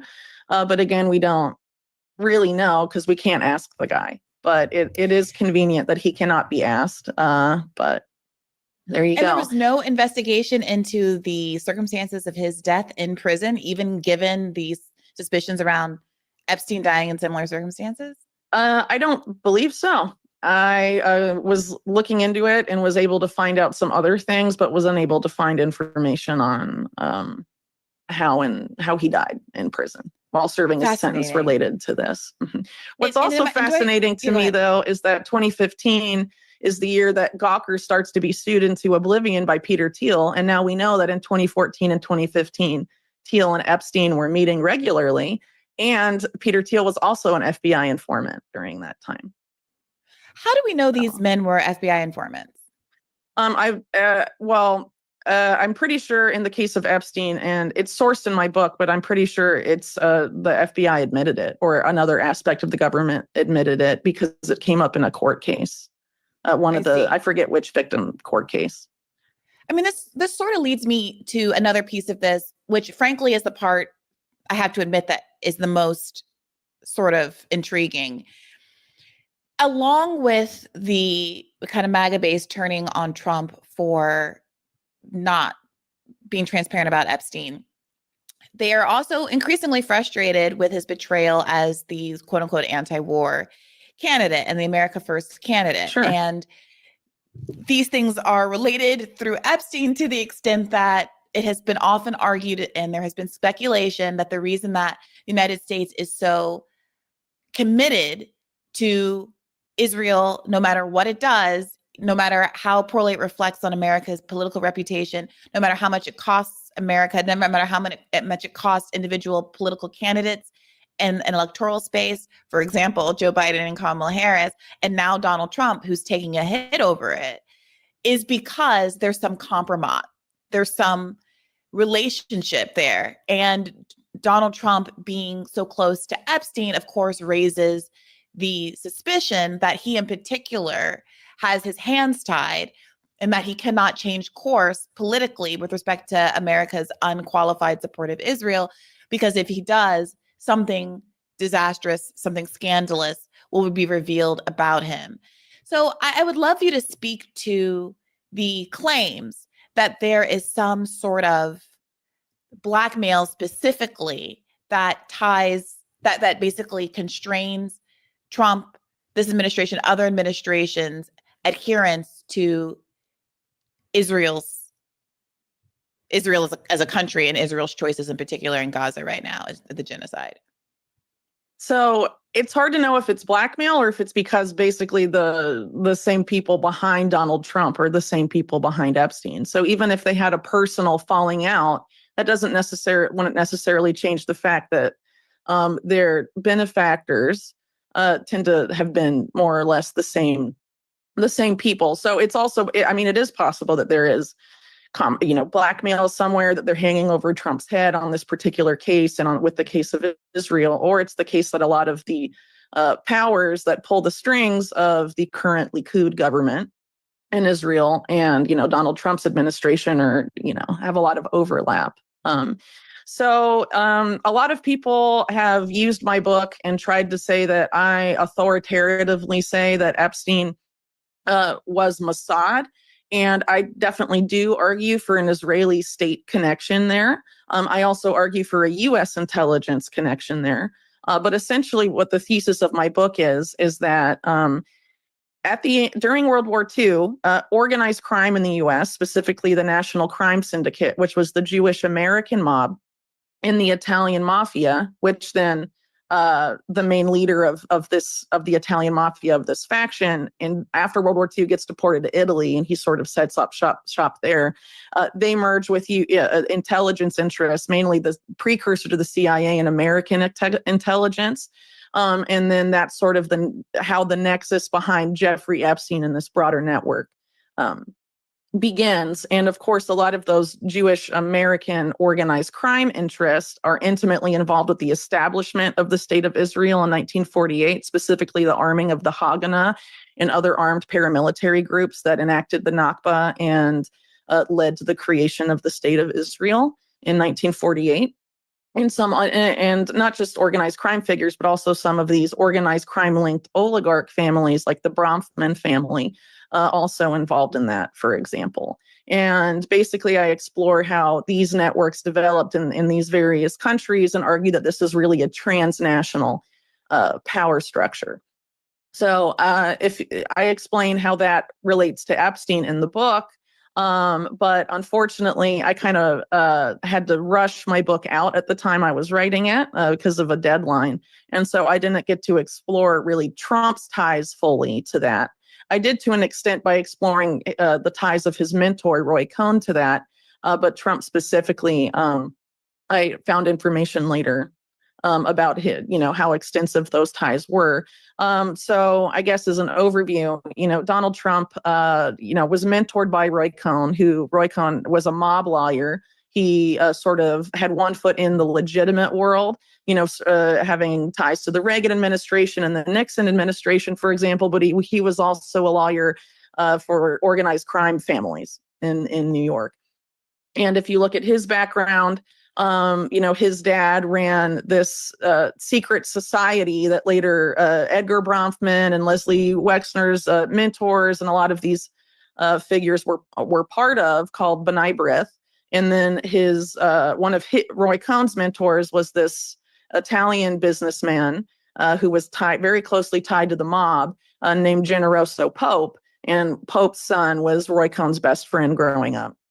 And from Pope, who was very tied up with the Sicilian mafia and also very close, and also the Italian mafia in New York, he was also a big fan of Mussolini era fascism and controlled Italian language newspapers in New York and used that to try and manipulate Italian American votes. And he basically taught Roy Cohn this system called the favor bank, Roy Cohn called it, which is basically we see today now in Trump's art of the deal, which is sort of how to establish backroom deals. You do a favor for me, I do a favor for you. And it's really, explains a lot of how political power has worked in the US for some time. It's, of course, not exclusive to these people, but you can see how these things have developed over time. And so, in the case of Trump, around the year that Roy Cohn dies, he becomes the controlling shareholder of a company called Resorts International. So Resorts International has long-term affiliations to the same syndicate of organized crime, specifically the Jewish American head of it, Meyer Lansky. And Resorts International was also created initially. It was formerly Mary Carter Paint Company, which was is an acknowledged CIA front company. So basically, Donald Trump became controlling shareholder of this in '87. That's also the year, I believe, that he bought Adnan Khashoggi's yacht. And that yacht Khashoggi had used for sex blackmail purposes, as I note in my book. And then, Trump tries to expand with Resorts International his holdings at Atlantic City, New Jersey, but at the time they were trying to make the new Vegas, essentially. And of course, Vegas itself has a lot of historical organized crime connections, and so did a lot of the companies trying to make casinos in Atlantic City. But he eventually has financial issues with that, and in the early 90s has to be bailed out. He's going bankrupt, and he's bailed out by Rothschild banking interests. The main banker involved there, of course, is Wilbur Ross, who was Trump's Secretary of Commerce during his first term, and that appointment was seen as Trump sort of returning the favor in a way of him being bailed out by, the Rothschild Inc., essentially, in the early 90s. And if that bankrupt, if he hadn't been bailed out then, who knows if Trump would even still be around today. as a businessman and a famous public figure. Hey YouTube, thanks for watching. Just a reminder that this is a podcast. You can catch an extra premium episode every Monday for $5 a month at Patreon.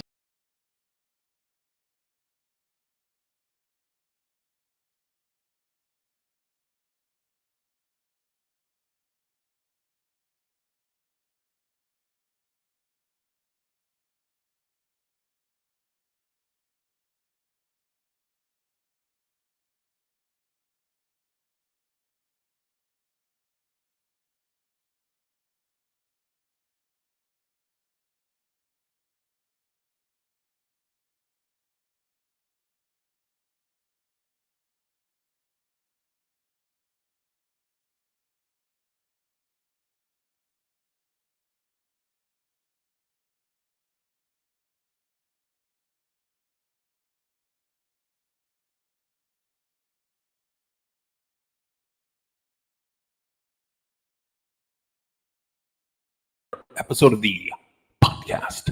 Let's take a look at more of these loose ends. And one of the loose ends is Mark Salling.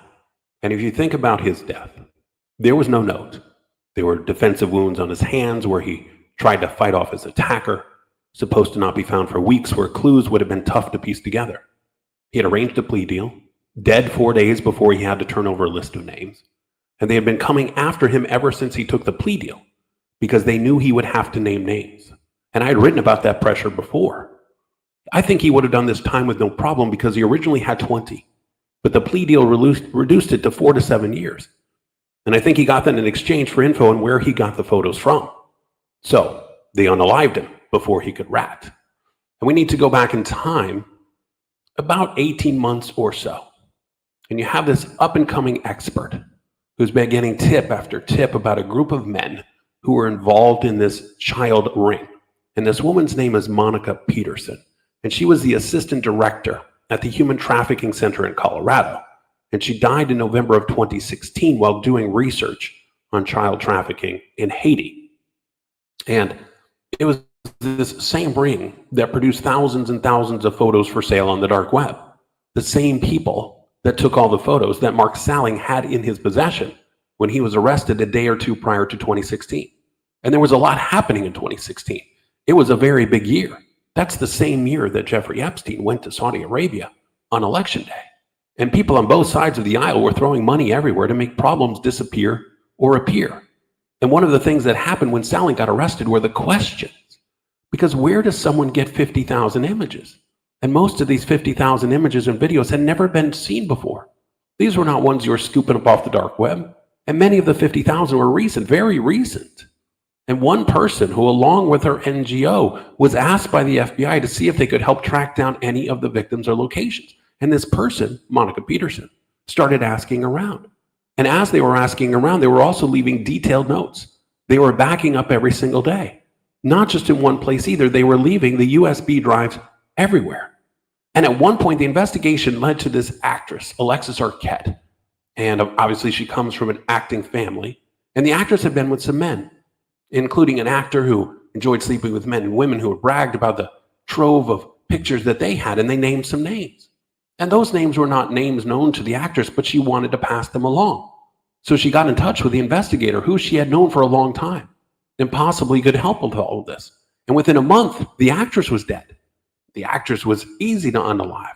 Her body was failing anyway. All she needed was a little push. And our investigator decided to go to the location where the people named by the actress were located. And the investigator kept backing up information, and even though it was out of the country, sent it to various family members for them to back up on the USB drives the investigator had been using.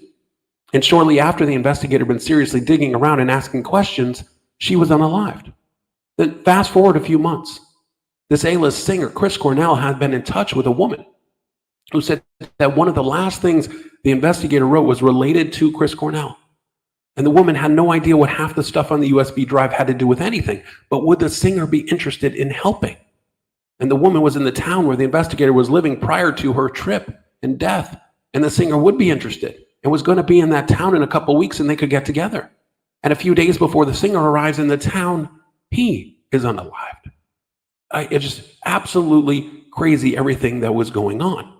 Now let's go back in time further, back to 2012. And there was this woman, Orly Wynn, and she said about Mark Salling that he kept a number of teenage-looking girls on rotation and liked them to dress in children's clothes to enact out his fantasies. And the story goes that he did hang himself from a tree near his home in Los Angeles on January 30th, weeks before he was due to be jailed, for owning these 50,000 images.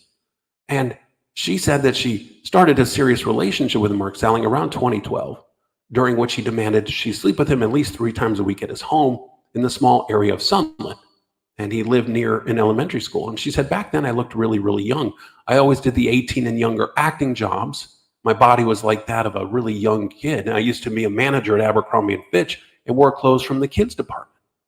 Now, in an interesting twist, this same woman was the same woman who claimed that Ed Westwick assaulted her at a party in 2014.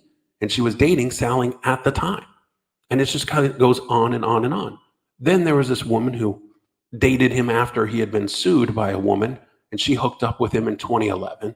And this woman claimed that though her hookup with Salling was consensual, the actor refused to wear a condom and forced her into unprotected sex. And she also claimed to have confronted him about it days later, only to have him throw her to the ground, injuring her knees. And here's the thing. Under the deal, Mark Salling admitted using the internet at his LA home to download all of these images between the time frame of April and December of 2015. And in the plea agreement, it said defendant attempted to conceal his activity by using software that masked his IP address. However, on at least 2 occasions in 2015, defendant showed his collection to an adult woman in the context of their relationship. And this was ultimately reported to law enforcement. Now, the thing is that it was known that Salling didn't download these images and videos to his computer. He was given them on storage devices, which means that somebody distributed them to him. And rumors also say he was going to talk openly about names in Hollywood and names all over, and that he was oft to keep the lid on. And if you read the plea agreement, it says basically that he didn't always download them. Then there was a woman who dated Mark Salling right before he got arrested. She's British. And her name's Georgie, and she talked about it on Georgie and Friends. And she said, you know, what happened with Mark evoked so many complex feelings. I didn't feel like I had permission to hurt because of everything he was accused of. And the two met in March 2015 at a birthday party in the Hollywood Hills for a birthday for Kellen Lutz, the guy from Twilight. And she said, I overheard this guy talking about how his legs were aching because he did a leg day. And I asked him, are you a personal trainer? And he looked at me funny. Then we just started talking and exchanged numbers. And she said she didn't realize just who he was until a few weeks later when she arrived at his ranch in Sunland, which is about a half an hour north of LA for their first date. And there on his wall, she saw gold discs citing his work on Glee and other projects. And it was like, oh my God, I'm on a date with Puck. That was his character on Glee. And she said they instantly bonded over their love of animals. Salling had a pet squirrel named Jerby and rehabilitated injured ravens and crows in an aviary at his house. And she found herself swiftly falling in love. And she said he was an excellent pianist and sang me his original music and covers, such as Justin Bieber's What Do You Mean? And whenever I hear the song now, I'm transported back to being with Mark. And they enjoyed bicycling around Sunland, driving in his pickup truck and sharing intimate dinners at fancy restaurants on Melrose Avenue in LA. And Salling would give her bouquets of purple roses. Purple, she says, was his favorite color. And she says that, you know, on Christmas Eve, we snuggled together. It was just very chilled and relaxed. And then 5 days later, on December 29th, Salling was arrested on these charges. It was the second scandal to hit the Glee cast since the July 2013 overdose of Salling's co-star and friend, Corey Monteith. Now, tipped off by one of Salling's ex-girlfriends, the LAPD Internet Crimes obtained a search warrant for the actor's ranch. And investigators said they seized a laptop, a hard drive, and thumb drive that contained tens of thousands of images. And Leahy was alerted by her younger sister, who told her to check TMZ. She said, my brain was going crazy. I tried to call Mark to find out what was going on, but the police had confiscated his phone. And she drove to his house, and when it seemed no one was home, slid a note with her phone number on it under the door. And she wrote that she would support him as a friend if he needed her.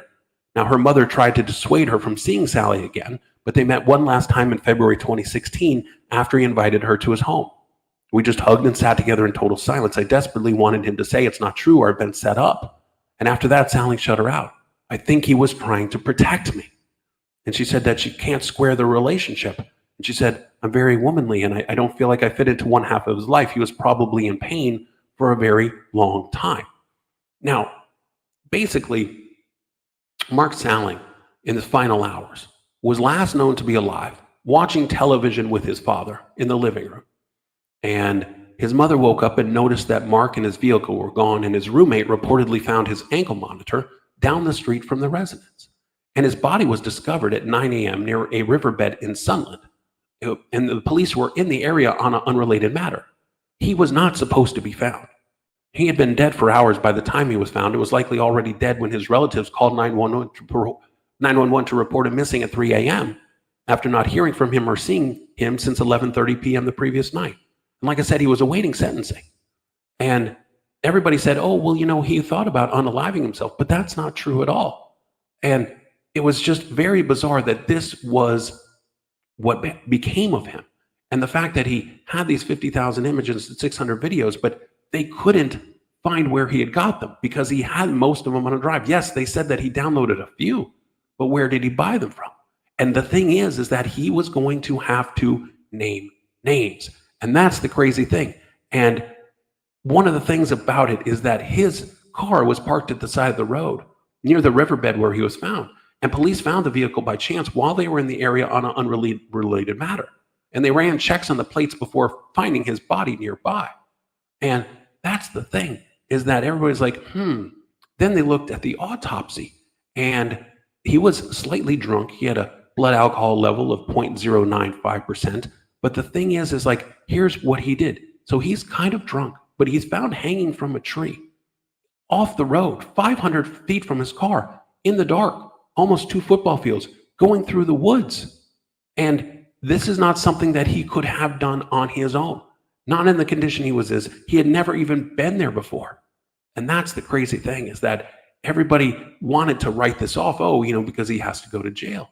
But the thing is that he knew that he was going to only have to go to jail for about 4 or 5 years rather than the 20. But it was the naming of the names. And those people got him, just like they got Chris Cornell. Okay, that is it for this one, you guys. I will talk to you later.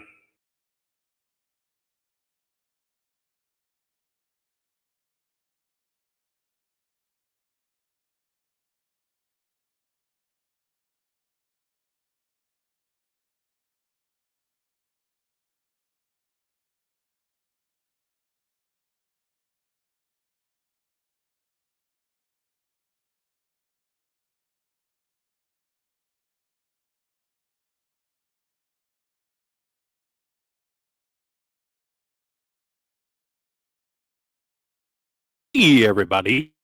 Welcome to another episode of the podcast. Let's talk about more about Jeffrey Epstein, and in particular, his relationship with Elon Musk and Elon Musk's brother, Kimball. Now, when word got out that Jeffrey Epstein had been known to fraternize with Silicon Valley moguls, Tesla and SpaceX founder Elon Musk was quick to release a statement minimizing their relationship. He had attended a dinner organized by LinkedIn founder Reid Hoffman, where Epstein was present, and was at his house in Manhattan for about 30 minutes in the middle of the afternoon at the urging of his then wife, Tallulah Riley, who wanted to meet him for a novel she was writing. Musk said he was obviously a creep. But the social connection between Jeffrey Epstein and Elon Musk may be more complicated than that. Jeffrey Epstein was in regular contact with Elon's brother, Kimball Musk, the tech millionaire turned restaurateur who serves on the boards of his older brother's companies, Tesla and SpaceX. It's unclear how Epstein and Kimball Musk met initially, but they saw each other occasionally because Kimball was dating a woman in Epstein's entourage at the time. The woman had previously dated Epstein and lived in an apartment building that Epstein's brother owned, which Epstein had used to house people close to him, including models from Eastern Europe. The couple, who dated from 2011 to 2012, were set up by Epstein. Their relationship brought Epstein into contact with the Musk family and its businesses, and it highlights how Epstein used the women in his inner circle to develop strategic relationships with prominent people in the world of tech and business. It almost seemed a little more transactional. The rumor always was that Epstein facilitated introductions to beautiful women looking for deal flow or access to capital. And the provenance of it was right down the path of that, referring to Kimball Musk's relationship to this woman. By all appearances, Kimball Musk's relationship with the woman was genuine, despite her continued financial ties to Epstein and his role in their introduction. The woman was going through an emotional rough patch before she met Kimball, and they had a lot of shared interests. Kimball Musk made his millions in the dot-com boom alongside his brother by selling their online city guide company, Zip2, to Compaq for $300 million in 1999. He served as CEO of the ad tech company One Riot until 2010, when he broke his neck in a snow tubing accident and resigned to focus on the food industry. So who is this mystery woman? Jennifer Kalin. She is one of the Epstein arranged marriage victims that was possibly set up with Kimball Musk. They were chefs. Both Kalin and Musk graduated from the same culinary school in New York City, the French Culinary Institute, now the International Culinary Center. Now, this is the same Jennifer Kalin who was married to Karina Shuliak. That's the person who was the last girlfriend of Jeffrey Epstein, the one who called him in prison before he died. Now, Kimball, by 2011, was a full-time restaurateur and the head of what eventually would become Big Green, a nonprofit that teaches students about healthy eating and gardening. The woman, like I said, was in one of the three couples that Epstein directed to enter into same-sex marriages as a part of a scheme to keep some of Epstein's foreign-born girlfriends inside the country. We talked about that in a previous episode. She was also named as a beneficiary of an irrevocable trust created by Epstein that at one point totaled $50 million. Now, this relationship gave Epstein an opportunity to get close to both Kimball Musk and his more successful brother. Epstein was invited to attend Kimball's 40th birthday party in New York City in September 2012. However, he ultimately did not attend that party, though members of his entourage did. It was the day after the birthday party that Elon Musk and his then wife, Tallulah Riley, visited Epstein at his home in New York City. Now, one of the people who was invited to the party at Epstein's request was Alexa Staley, the daughter of Barclays CEO James Jess Staley. Alexa was 23 at the time and working on her PhD in physics at Columbia University. Epstein did this as a favor for Alexa because of her dad, because her father was a longtime business associate of Epstein. And when Jess Staley worked in the personal banking division of JP Morgan, Epstein referred dozens of wealthy clients to him. After Epstein pleaded guilty in Florida, Jess Staley visited the Palm Beach, Florida office, where Epstein spent his days while out on work release. If you look at it closely, Nadia Marcinkova, who is one of the people that we talked about earlier, she was the person that basically had been given to Jess Staley. She also received a settlement from the Epstein Victim Compensation Fund, but she and Jess Staley had a long-time relationship. The Staleys, through a spokesperson, have always declined to comment. Now, a few days before the birthday party, Kimball Musk had arranged for Epstein and members of his entourage to receive a private tour of the California factory for SpaceX, the rocket company founded by Elon Musk. It is unclear whether Elon or Kimball Musk were present for the tour. Now, when this all came about, it took 6 months for SpaceX to respond to reporters' inquiries. And they said, finally, that Mr. Epstein did not tour the SpaceX facilities in 2012 or at any other time. And this came 2 days after a Twitter user asked Musk about the Epstein visit. And Musk replied, to the best of our knowledge, he never toured SpaceX. Don't know where that comes from. Now, the week of the tour, Epstein was in Los Angeles to attend the WWW conference, a one-time event organized by Richard Saul Wurman, the founder of the TED Conference and Symposium franchise. The conference, this WWW one, featured music from cellist Yo-Yo Ma and several speakers who've been previously linked to Epstein, including The Simpsons creator Matt Groening, scientists Steven Pinker and Lisa Randall, and the MIT Media Lab founder. Epstein was listed as a sponsor for the conference, which took place from September 18th to the 20th, 2012. It's unclear whether Epstein had any business with Tesla or SpaceX or invested in the companies. Epstein did tell a New York Times reporter in 2018 that Epstein was creating a list of possible new board members for Tesla and that he had advised Elon Musk, but couldn't discuss it publicly because his reputation was radioactive. Elon Musk's spokesperson said to the Times that it was incorrect to say that Epstein ever advised Elon on anything. The men, though, did dine together at least twice, in addition to the dinner organized by Hoffman that Musk and Epstein both attended. BuzzFeed uncovered photos from a 2011 dinner in Long Beach, California, as part of Edge, an exclusive dinner club for intellectuals, founded by literary agent John Brockman. And among the guests at that dinner were Elon Musk and Epstein, as well as Amazon CEO Jeff Bezos and Google co-founder Sergey Brin, who were all in town for the TED conference. So Elon Musk, Jeffrey Epstein, Kimball Musk. Look how Jeffrey Epstein got himself into that little world. Okay, you guys, that is it for this one. I will talk to you later, and we will do this all over again.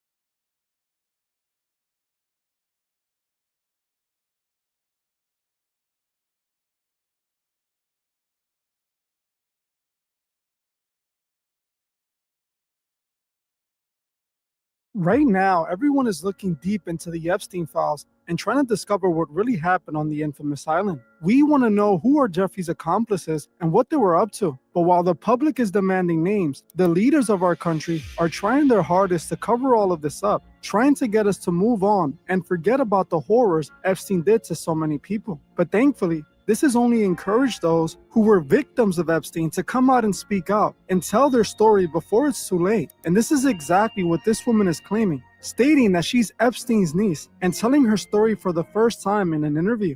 Hey guys, I hope all is well. Welcome back to The Truth Is, where I drop new videos exposing the truth weekly. In today's episode, we will be talking about the recent interview Epstein's alleged niece just gave. Let's get right into it.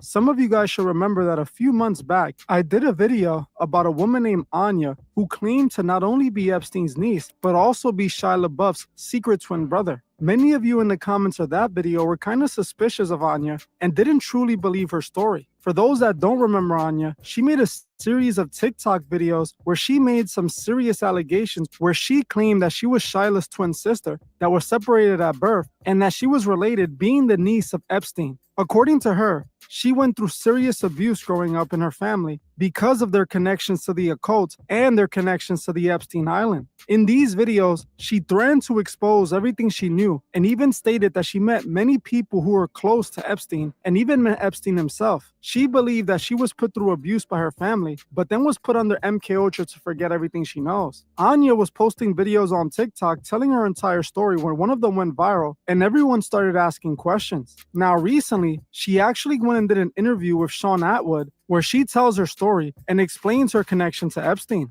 Now, during the interview, Anya says some things that caught my attention, and I'm not gonna lie, it did raise some suspicions to me, and it makes me wonder how much of her story is true or just false memories that she's misremembering, or if this entire story is a lie. Let's get into some of the things she said in the interview. The first thing I wanted to talk about was her bringing up the Code of Baal. According to Anya, she claims that these elite aren't a part of the Illuminati, but are all a part of the Code of Baal. For those who don't know, Baal is an ancient pagan god that is spoken about in the Bible. When this god is brought up in the Bible, he's referred to as the god of child sacrifice, as many back then used to offer their firstborn child for financial blessings to be able to become financially stable. Back then in those days, so many people would offer up their child, believing it would bring them these financial blessings. And if we pay attention, this is exactly what continue on into our current life.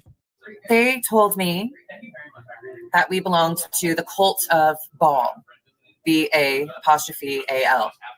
They told me this with consistency while I was being abused. Now, what you can look up about the cult of Baal, information that is publicly available, is that it is thousands of years old. It is a Phoenician satanic fertility cult. And publicly, it's supposed to have been eradicated. But to my knowledge and my experience, it is not. This is what people perceive the Illuminati to be. It is a group of elites that practices forced and uses these crimes to control people. They happen to have a huge reach over politics and entertainment. My great-grandfather, according to my father, was Walt Disney.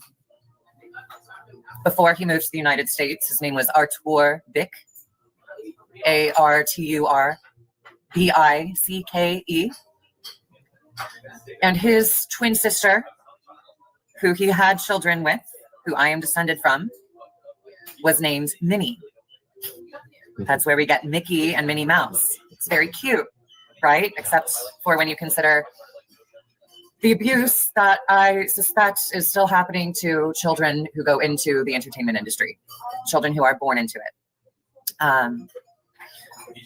As you heard for yourself, Anya claims that what people think is the Illuminati is actually the Code of Baal. Now, in ways, she's kind of right, but I believe she's also a bit misinformed. The Illuminati is a real organization that was created in the 1700s by Adam Weishaupt, and it was modeled after Freemasonry. Eventually, the Illuminati merged with Masonry when Adam Weishaupt joined the Masonic Lodge, trying to learn their rituals in order to incorporate it in his Illuminati organization. The Illuminati eventually made it to the tippity top of Masonry, with members like Albert Pike being a part of the Illuminati. And eventually, in Masonry, in order to be a part of the Illuminati, you had to go through the Scottish Rite system and climb up to the very top. The Illuminati is a part of Masonry, and Freemasonry at certain levels does worship Baal, but realistically they channel Baal. Same thing how they channel Lucifer. Masonry incorporates many pagan and Kabbalistic teachings into their teachings and repackages it as Masonry. So in a way, Anya is right. These people do worship the Code of Baal, but she's wrong when she claims that the Illuminati or the Illuminated ones are the good ones, like she compares to Kanye West. This is completely wrong, and she's misinformed. The Illuminati's main goal was to separate church from state and stop the religious influence on the world.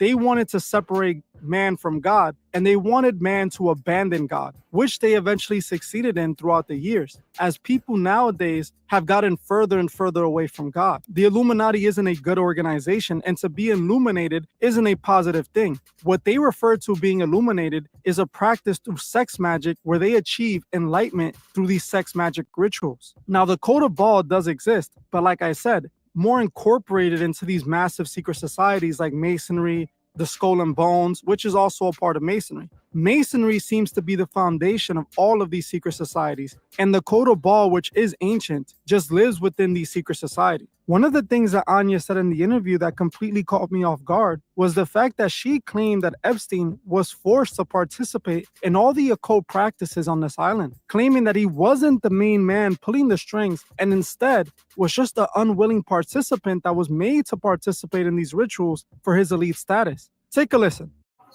So you're saying that Jeffrey wasn't involved in the full-on occult practices. He was just part of a machine, and then they just used him to make an example out of? He was involved in the full-on occult practices, but not necessarily of his own volition. Jeffrey may have been involved in the full-on occult practices,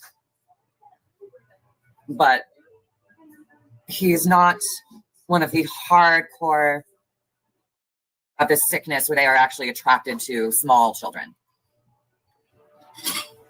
Now, this is one point of the interview that I couldn't agree with at all. Epstein was definitely a willing participant, and he was one of those pulling the strings behind the scenes. Epstein was definitely deeply involved in the occult, and I don't believe no one forced him to do it. I believe he was using these occult practices like many other elite members to further his career and further his power here on Earth. Remember, it was believed that Epstein was accused of blackmailing his clients, keeping their names and records of the crimes they did on his island in order to force them to do things he wanted. It's also pretty clear when you take a look at his island that he was deeply involved in the occult, and this is an island he created for himself, specifically his bathhouse, which is connected to the occult and also connected to Baal worship. Also, this random statue that he had on his island. All of this clearly indicates that Epstein was deeply involved in the occult, and his practices were heavily rooted in alchemy and sex magic. That's why he was utilizing young victims for his rituals, because in the occults, specifically in these sex magic practices, they believe the younger the victim is, the more life essence that is released. I do not believe Epstein was forced to do anything, and I cannot agree with Anya here. I think that she's misinformed. And honestly, this seems to poke holes in the rest of her story. As if she can't see that Epstein was deeply rooted in the occult and was doing this for his own benefit, she's missing half the story. Now, something else that Anya said that was truly interesting was that she believes that many of these Hollywood stars that end up on Disney were a part of these secret societies, were born into these secret societies through their parents. I was raised going to these giant where I would meet other children who were put on television.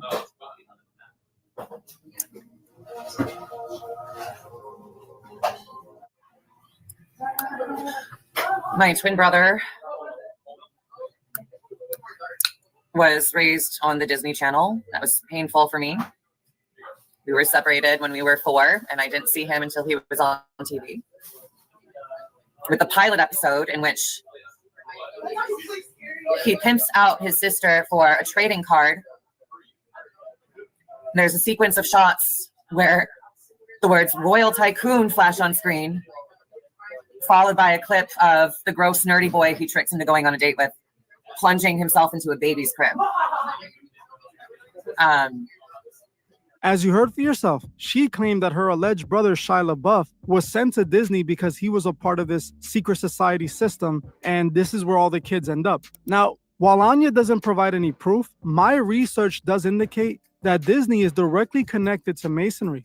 Walt Disney himself was a member of the youth organization, the Demolay. The Demolay was created to basically groom kids and prepare them to be full Masons when they're older. It's like military school, but for Masonry, where, you know, when you're a kid, you join military school and you learn all the basics in the military, and it eventually helps you in your military career. The Demolay is essentially a youth Masonic organization to groom kids to be Masons when they're older. Walt Disney was a part of the first chapter of the Demolay, and he grew up a part of the Demolay. It was never confirmed that he joined Masonry, but it's pretty obvious if you're a member of the Demolay, there's a 99% chance that you're going to become a Mason by the time you become 21, because that is the purpose of being in the Demolay. Now, Disney actually incorporated the Demolay with Disney. Walt Disney even made a Mickey Mouse comic that was based on Mickey Mouse being a part of the Demolay. So her claims that these Disney celebrities are groomed by these secret societies and then are forced into there, I completely believe it. There's a clear connection between the Demolay and Masonry. So I wouldn't be surprised if all the biggest stars on Disney Channel were members of the Demolay. This is something that I believe for many years now, and there seems to be a lot of evidence that suggests it to be true. Now, one thing that Anya said that was interesting was that not every single person a part of this cult that was doing things to these minors were doing it willingly. She claims that some of these people were forced, even detailing a situation where they were forced on her and the person didn't want to do it. I have memories of men being forced to assault me when they didn't want to. I remember one man, this brilliant comedic actor, actually has better dramatic work. My father's screaming at him, telling him to... As you heard for yourself, Anya claims that on orders of her own father, this man SA'd her to be a part of this cult. Now, don't get me wrong, I do believe this does happen, but I don't think that this happens in the level of Epstein. When you get around people like Epstein and the elite of this world, you're already down with the system. You're down with the program. You're not there for the first time experiencing what these people are involved with. You've already done so many things to get there that you already know that this is exactly how these people get down. So this part made zero sense to me. I do not believe that someone will be brought up to Epstein and be forced to participate in the activities that Epstein was known to do. I'm pretty sure that if they were around Epstein, they were already down with the system. That's the only way you would even get in the same room as someone like that. And I also don't believe that it was just random people being able to meet someone like Epstein. Epstein was at the top of the pyramid. He was essentially being used for this trafficking organization that benefited the true elite of this world. He was not hanging out with some random Joe Schmoes who are low members of these secret societies. He was hanging out with the top tier people who actually have control over this world. So here, this is one of the points where I believe Anya seems to be misinformed. Another thing that Anya brought up was meeting President Bill Clinton at the Bohemian Grove. Take a listen to what she said. It tells a story about the Clintons at Bohemian Grove. Did you have any experience of the Clintons or at Bohemian Grove? I have met both of them and their daughters. at Bohemian Grove and at resorts in Colorado. They loved going to ski lodges in the off season. They were not there in Aspen 2007 after the comedy festival. That's when I remember it most vividly. But it's all fuzzy. I don't know if we were in Steamboat or in Breckenridge, but I've met them a few times and boasted all the time about how well she got along with Bill. She boasted about that even when we were sober. So Bill tried to distance himself from Jeffrey. Do you think there was a lot more going on between them? Absolutely. Absolutely. I can't tell you what exactly, but Bill was on the flight logs because he went to the island. He also went to many, many other places where me and other children were present. It's just fact.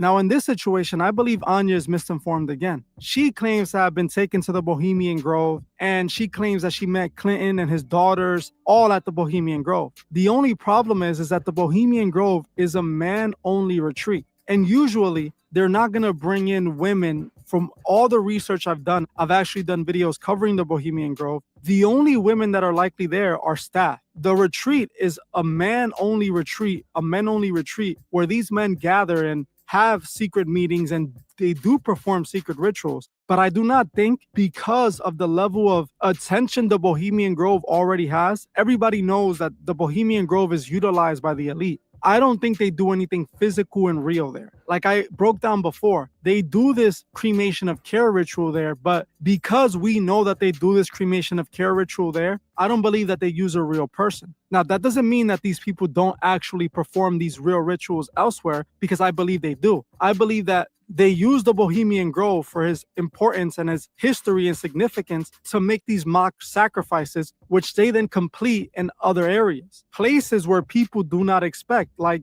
Jack Parsons' abandoned rocket facility, which I covered not long ago on how it was being used for sacrifices. So I honestly don't believe that Anya was taken to the Bohemian Grove. Maybe she's just misremembering things or just adding things in there for dramatic effect. She also claims that she put under MK Ultra, which could indicate why she doesn't really remember things or is, saying the things that she's saying. I do not like to discredit any victims, and I don't understand why anybody would make anything up. But we do live in 2025 where people are known to lie just for attention and clout. And I'm not saying that's what Anya's doing. I'm just saying that parts of her story doesn't make sense. When I covered her originally, she didn't give up much, and what she said was, caught my interest, but there wasn't any evidence to suggest what she was saying was true. I gave her the benefit of the doubt because she claimed she was going to do interviews, and I was expecting these interviews to be full of evidence. For example, I just did a video on an Epstein victim where she came out and made claims herself, but I was able to validate that she was truly an Epstein victim. She received a settlement from the Epstein estate and from Chase. She was also a verified model, which is why she ended up with Epstein to begin with. So I was able to validate her claims, at least to the point where she was actually around Epstein and was actually a victim. But Anya, I don't find any evidence, and I honestly can't find anything to prove her story. She claims that they forged her birth records, and a lot of the times when she's going into her story, she claims that she doesn't remember and she forgot, which could be a side effect of MK Ultra. But honestly, right now, I do not know what to believe with this woman, and I want to know what you guys think. Do you believe Anya? I'm not discrediting her. If she's a victim, more power to her. I want her to be able to be protected, and I want her to be able to feel safe and say her story. But I would also prefer if she was able to provide some evidence that would suggest what she's saying is true, Either way, I pray for her safety, and I pray that she's able to fulfill her mission on exposing Epstein and what they did to her. But like I said, there's a few things that I just couldn't agree with and a few things that I know isn't true. But other than that, I want to know what you guys think. Let me know below, and I'll see you guys in the next one.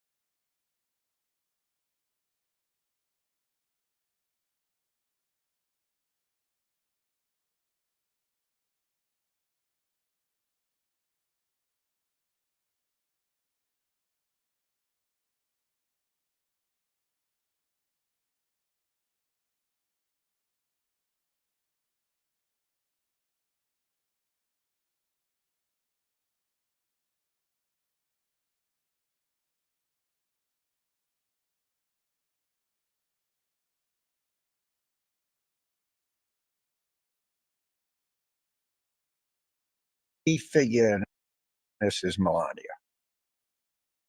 Okay, and I think that's at the bottom of what they don't want to get out, because it was all modeling agencies. Remember, Trump had a modeling agency, then Epstein got into the modeling agency, and Jean-Luc Bernal, the guy in Paris in the model age, that hung himself.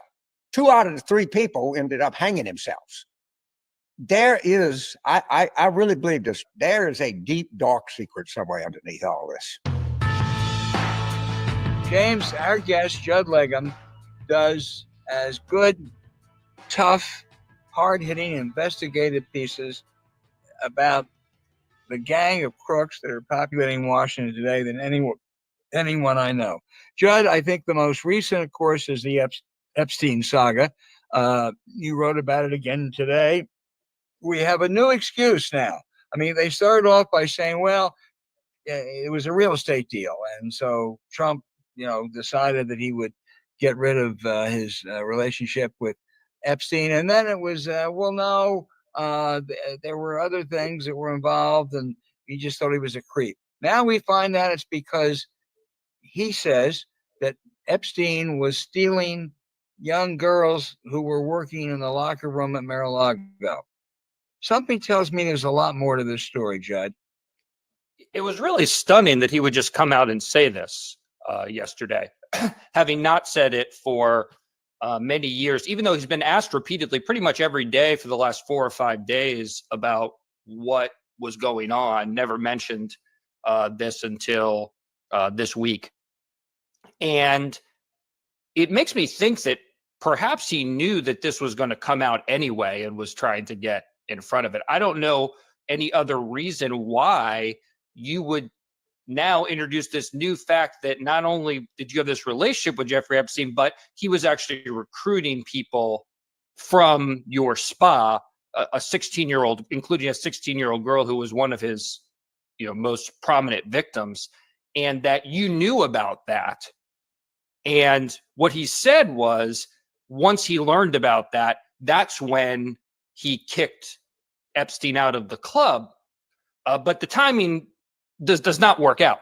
The timeline does not work out, because this woman, Virginia Giuffre, she was hired, I guess in Trump's word, by Epstein in 2000. She was associated with him and was abused by him from 2000 to 2002.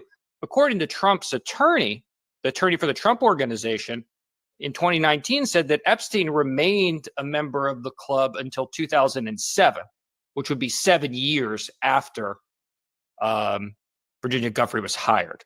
So it doesn't match up with what he said before. I think it's highly damaging that he knew about this recruitment effort from his club, and I think it raises a lot of questions. Well, it does, Judd, and I think he is. If there was nothing there, he would have had everything released and all that. I don't know what's there, but he clearly has been lying about stuff. But he's got a Justice Department that's in his back pocket. So therefore, what can be done? I mean, I assume that maybe there is some bad stuff about Trump and others, but what can be done? Well, I don't think it's really, I think you're right. I don't think it's a legal problem for him. I don't think you're going to see the Justice Department taking on the president. It doesn't seem to be something that's going to end up in court, but I think it is a real political problem for him, because what you have to do is if you kind of roll back the timeline here, Trump was really, up until this year when he took office, really pumping up this Epstein stuff. I mean, it was only in February that he invited a group of right-wing influencers, online influencers. They took pictures in front of the White House with big binders that said Epstein Files Volume 1, sort of suggesting there's going to be more coming out. And that was because it's all tied up in this QAnon conspiracy, which are his, core supporters here. And he really doesn't know anything to do with his core supporters other than rile them up further. So he was really playing into this. Now it's become a political problem because, for whatever reason, he does not want the full information out there. I think that Wall Street Journal report about this birthday message that he sent to Epstein, which is, reads like some sort of cryptic confession. I don't know what it was about, but it doesn't seem good. And Trump views it as so damaging that he's now sued the Wall Street Journal for $10 billion as a result of publishing that. He has not been able to follow through. And so now he's caught between his desire to move on from this story and some of his very core, sort of the center of his support, who are really riled up about it. And the question is, like, where is his not legal exit, but where is his political exit for this? Well, on that Murdoch suit, I'll take Murdoch and give the points. I don't think there's any way. I think Trump is going to drop that if it ever comes to discovery so quickly, because it's absurd suit. But let me, this case is so full of weird ins and outs. I am worried, frankly, about Todd Blanche spending 5 hours with Ghislaine Maxwell. And I'll tell you why I'm worried about it, Judd. I think I can see they at one point might say, and I think Trump is directing this whole thing. I mean, when Bondi the Attorney General told Trump about this 3 months ago, this is all being directed by Trump. I have a great fear that they're going to get Ms. Maxwell to say, well, it doesn't really involve Donald Trump. And then guess what? Maybe 6 months later, guess who's going to get a pardon? I think, frankly, a pardon would really, I mean, she's a sexual predator. She's as bad as Epstein and should not have any credibility. But am I just being a conspiracy crazed left winger when I say I'm worried about this? I don't think so. If you go back to who's the person who could really make this even worse for Trump, if you look back to the letter, that's maybe the most damaging specific thing that's out there right now. Who could contradict Trump that this isn't authentic? Well, it's Maxwell, because she was the one who put that book together. Right. She knows whether that was a letter that was by Trump or not. And also, if you look at what was revealed yesterday by Trump when he said, Virginia Giuffre was recruited and that's why he kicked Epstein out, it would be Maxwell who would know about that. She was actually the one, according to the court transcripts, and there's been some that have been released, she was the one who went into the spot and recruited Virginia Giuffre for Epstein. So she would know about that too, and would know what Trump might have done in response. That's really the question in my mind is, okay, you knew this man was recruiting a 16-year-old girl. What did you do? Did you do anything? So I don't know if he will pardon her, but I think it's very clear because he's been asked so many times, and he could very easily just say, I'm not considering a pardon for someone who was convicted of sexually trafficking dozens of underage girls. That doesn't seem to be like too hard of a thing to do. But he has not, because I think he definitely wants Maxwell to think that there is a chance that he could pardon her, because she's right now scheduled to be behind bars until 2040, at which time she will be an elderly woman, pretty much like 80 years old, something like that. And I assume, just like anyone, she wants to get out. And the only person who can really get her out is Donald Trump. So he's now sending a very strong signal to her that this is something under consideration. And I think she would know that, volunteering information about Trump's role is not going to get her the pardon. James, pick up on all this. Yeah, so first of all, I have general disagreement with both of you, as much as I respect you. I wish he would fucking pardon her. No one is going to believe one word that comes out of her mouth. All right. Secondly, look at the sentencing memorandum from the Southern District of New York after she was convicted. They had her cold on 3 or 4 counts of perjury. They just decided not that they couldn't convict her instantly. So, and that would be, in my opinion, What you keep trying to throw a log on this fire. It's burning so big. Who knows what another, if it absorbs another log pretty easily. That would be like throwing a whole forest on top of it. But I want to ask you about something, Judd. And this is this Virginia lady that was working for Trump. She was 16 years old. Did she end up committing suicide? She did commit suicide this April. Right. So my point on all this, we're dealing with real human beings who were really, really, really screwed up. But so she's 16 years old. She's working in the spa. Could there be some child labor violation there? I guess it really depends on what she was doing. You know, certainly you can hire a 16-year-old. I think you can hire a 16-year-old work at a spa. There's usually, you know, the amount of hours, that kind of thing. You know, when you can work.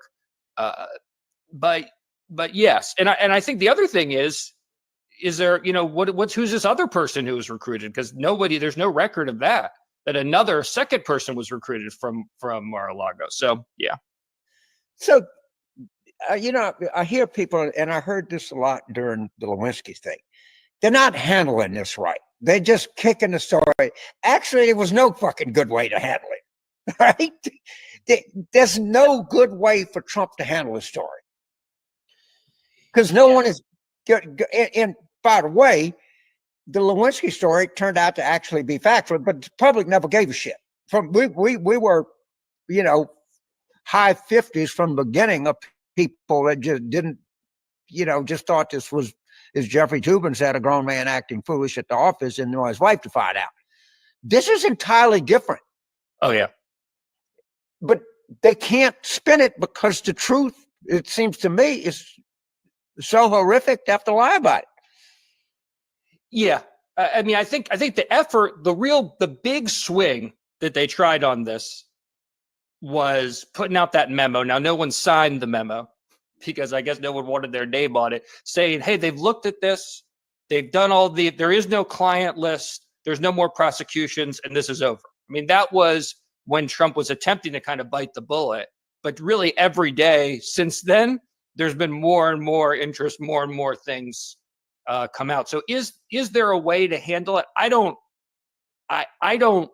think so, unless it's the case, which it doesn't seem to be, that Trump really doesn't have anything to hide here, in which case you'd think that they would just put everything out and be done with it.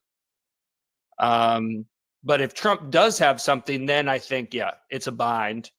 And he clearly views whatever is going on right now, and it has damaged him politically, at least in the short term, as preferable to the full story coming out. So I'll turn it back over. I'll just make one point. To me, a key figure in this is Melania. Okay. And I think that's at the bottom of what they don't want to get out, because it was all modeling agencies. Remember, Trump had a modeling agency. Then Epstein got into the modeling agency, and Jean-Luc Bernal, the guy in Paris in the model agency, that hung himself. 2 out of the 3 people ended up hanging themselves. There is, I really believe this, Jack. There is a deep, dark secret somewhere underneath all this. I really believe. There could be a deep, dark secret, but also you're right about these modeling agencies, and that's not even secret. I mean, these were used to essentially entrap young women, some of which were underage, some of which weren't, to be sexually abused, to be exploited, you know, kind of lured over to Europe, promised modeling contracts, but then they have no real way of getting around, no real way of supporting themselves, except if they, you know, do what they're told. So that really happened. I think they're mixed up on that. I do agree with you, by the way, that if Trump were to pardon Maxwell, that would make things much worse, which is why I obviously don't know what he's going to do, but it's why I suspect he just wants to kind of get that idea in her head. Because if you do that, even without pardoning her, you get most of the benefit for Trump. He doesn't have to actually pardon her. He just can't rule it out. Because if he rules it out, then she has nothing to lose, and this is, there was this congressional subpoena, which she now says she's not going to comply with, but she was subpoenaed by Congress and the Republicans were on board with this to bring her in. It was supposed to be August 11th. It doesn't look like that's going to happen now, but that was on the table. Back, you had one person that knows a lot is Harvey Weinstein. Somebody ought to go out and talk to her. He'd be very knowledgeable about the modeling business in Manhattan in the 90s. Believe me. Judd, this is this is just a sickening scandal. But you've written about a lot more in Trump's short second term, whether it's cryptocurrency or his kids running around cutting deals with dictators for hotels and shopping centers. What's at the top of your Trump grifting scandals? One thing that I can't imagine it's hard to understand and why it's not a bigger deal really involves, kind of what Kushner is doing and how he created this, private equity fund. No experience, by the way, in private equity. It's all funded by Saudi Arabia, Qatar, mostly all foreign governments. By the way, the Public Investment Fund of Saudi Arabia, their board decided it was a bad deal for them to invest $2 billion and recommended against it, and then they were overruled by the Crown Prince. But what's happened is he's taken this money, he's got pulled together, he's got several $1 billion, and now he's using it to partner with the Trump organization to build a Trump Tower, and over in Europe, and I think it's in the Middle East, and it's really functioning as a slush fund for foreign governments to funnel money, to Trump. And this was something that people paid attention to a little bit in his first term, but actually it's much worse now in his second term. In his first term, he had he committed not to do any new foreign deals in his first term. He put out an ethics statement, presumably because these foreign deals were going to be such, would just be, impossible to defend, getting in business with, on foreign soil. But now not only is he doing foreign deals, he's dealing directly with foreign governments, both through Kushner and directly through the Trump organization. So that, to me, is something that, gets very, very little attention. Judd, you've also done some tough stuff on the media. You had a tough piece on the Van de High Mike Allen puff piece on Donald Trump the other day. I mean, your mandate is widespread. Yeah, I think the topic of my newsletter is whatever I think the topic should be that day. That's how I kind of do it. But overall, I think it's about, to me, I'm interested in people with power and influence. I mean, I think that's the through line here. And a lot of the times now, it's not really. I mean, I think obviously, the president's important, the government's important, but it's really these handful of people who have incredible amounts of wealth and are using that to exert political influence. And unfortunately, a lot of the times, whether it's an institution like the Washington Post or others, are now being, I think, sort of pushed in different directions, not because that's the essentially the way to create the best media product or journalism or inform the public, but because it suits the interests of the people who own these outlets. Judd, you do so much. What kind of a staff do you have? Well, right now I've got 3 full-time people who help me. So I've got a good amount of help. And I mean, I think I like this. It exists on the website, but I like this newsletter format because I'm putting out 4 things a week. When I used to run just the website, we would do 12 things a day. So that's that's almost 60 things a week. So I think for me, do it 4 things a week. You can really put some time into it, and that's what I do. I like I've really always been a researcher at heart. I like digging around and seeing what you can find and what connections you can put together that maybe aren't out there yet. Judd, at Popular Information, and it really is. You can't go wrong. It is. There's something new I learn almost with every single newsletter, Judd. You do a fabulous job. So all you out there, it's Judd at Popular Information, and thanks for being on this show. Well, thanks so much for having me. I enjoyed it. All right, man. Thank you. I'll come back sometime.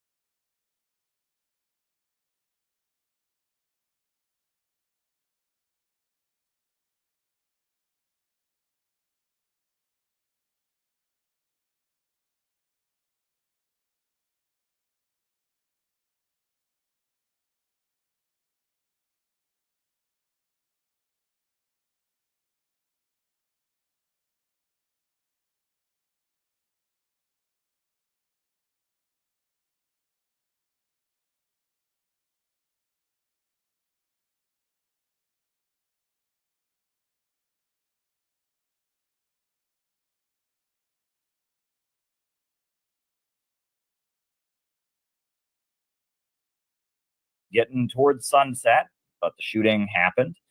And so I got in a taxi and I rushed to Manhattan to cover the shooting. And here is what we saw. At this point, we have confirmation that 2 law enforcement officers were indeed hit by bullets, and one of those law enforcement officers has died from his injuries. Now, there were apparently a number of people on the scene. As many as 6 people may have been hit by bullets. We now have confirmation that one of the law enforcement officers on the scene has died from gunshot wounds inflicted by the shooter. Now, there is a video of this shooter entering the building, security video showing him entering the Blackstone building, carrying his AR-15 rifle. He was wearing a bulletproof vest. And from what we understand, that shooter is now dead. The FBI is on the scene. We're hearing police helicopters above. There's all kinds of law enforcement vehicles. The actual street where the incident took place is blocked off. We're here pretty close to the police line. This is about as far as you can get. There's caution tape blocking us from getting any further. And at this point, we can confirm that there is one law enforcement officer who has lost their life as a result of the shooting incident in Midtown Manhattan at the Blackstone building, Park Avenue and 51st Street. Yeah. So, 4 people ended up dead. One of them was a law enforcement officer who was a Muslim, actually, a man of Bangladeshi descent who'd become a police officer. Very sad story. He had a pregnant wife. It's very, very sad. I think what's even more interesting, I guess. So first of all, we were there last night. We didn't really know what was happening. We knew there was a shooter in the building. We knew that he'd been seen going into the building with his AR-15 rifle. We knew that he, eventually he died. We heard first that it was 1 law enforcement officer had been hit, then it was 2 law enforcement officers that had been hit. And then, one of the law enforcement officers died. 3 other people died, yes, including the new CEO of Blackstone, a woman CEO of the Blackstone Corporation. Now, what's interesting is while this was happening, there was a swirl of disinformation. And that is probably the most important thing to remember about this case. It was all over social media that this was done by a pro-Palestine activist. And that was bullshit. It had nothing to do with that. The shooter was a former football player, and he was apparently trying to go to the NFL office. He had suffered a head injury and was having mental health issues, and he blamed the National Football League for this, and he wanted to take revenge on the NFL. He even had a suicide note in his back pocket saying that he wanted to take revenge on the National Football League. However, when I was in front of the building, no one knew that that was the case, and it was all over social media that this was done by pro-Palestine activists. It's really wild. It's really, really crazy. Out of conflicting information about the shooter. There's allegations all across social media that the individual shouted "Free Palestine." However, others are saying that that didn't happen, and it's not clear if there was a stated motivation. Now, what is clear is there were a couple individuals who were arrested on the scene wearing Free Palestine shirts. However, many reports indicate, and some of the eyewitnesses I spoke to indicate that they may have had nothing to do with the incident. They were simply in the area Free Palestine shirts. However, those individuals who were arrested, their faces are all across social media. It's not clear. There is conflicting information. Many people on the scene are saying they heard nothing related to Palestine or any other motivation on the scene. Others are saying that such things were heard. It's not clear. Social media has conflicting narratives, and people on the scene also have conflicting accounts of what took place. As of yet, there is no confirmation of any motivation on the part of the shooter. It had nothing to do with Palestine. Absolutely nothing to do with Palestine. It was a pissed off ex-football player going after the NFL. And yet it was all over social media. Laura Loomer tweeted out that the shooter was doing it to free Palestine and that he was a Mamdani supporter and this is Muslim terrorism in your city. And there are all these people tweeting out that this was done by pro-Palestine activists. And where is the apology, right? It wasn't. They were lying. Laura Loomer was lying. It was just a lie. And these Zionists are just fine with that. It wasn't actually, it had nothing to do with Palestine. It was a former football player. And all these people were tweeting out that it was a pro-Palestine activist blaming Mamdani. And in fact, the police officer who died was a Muslim.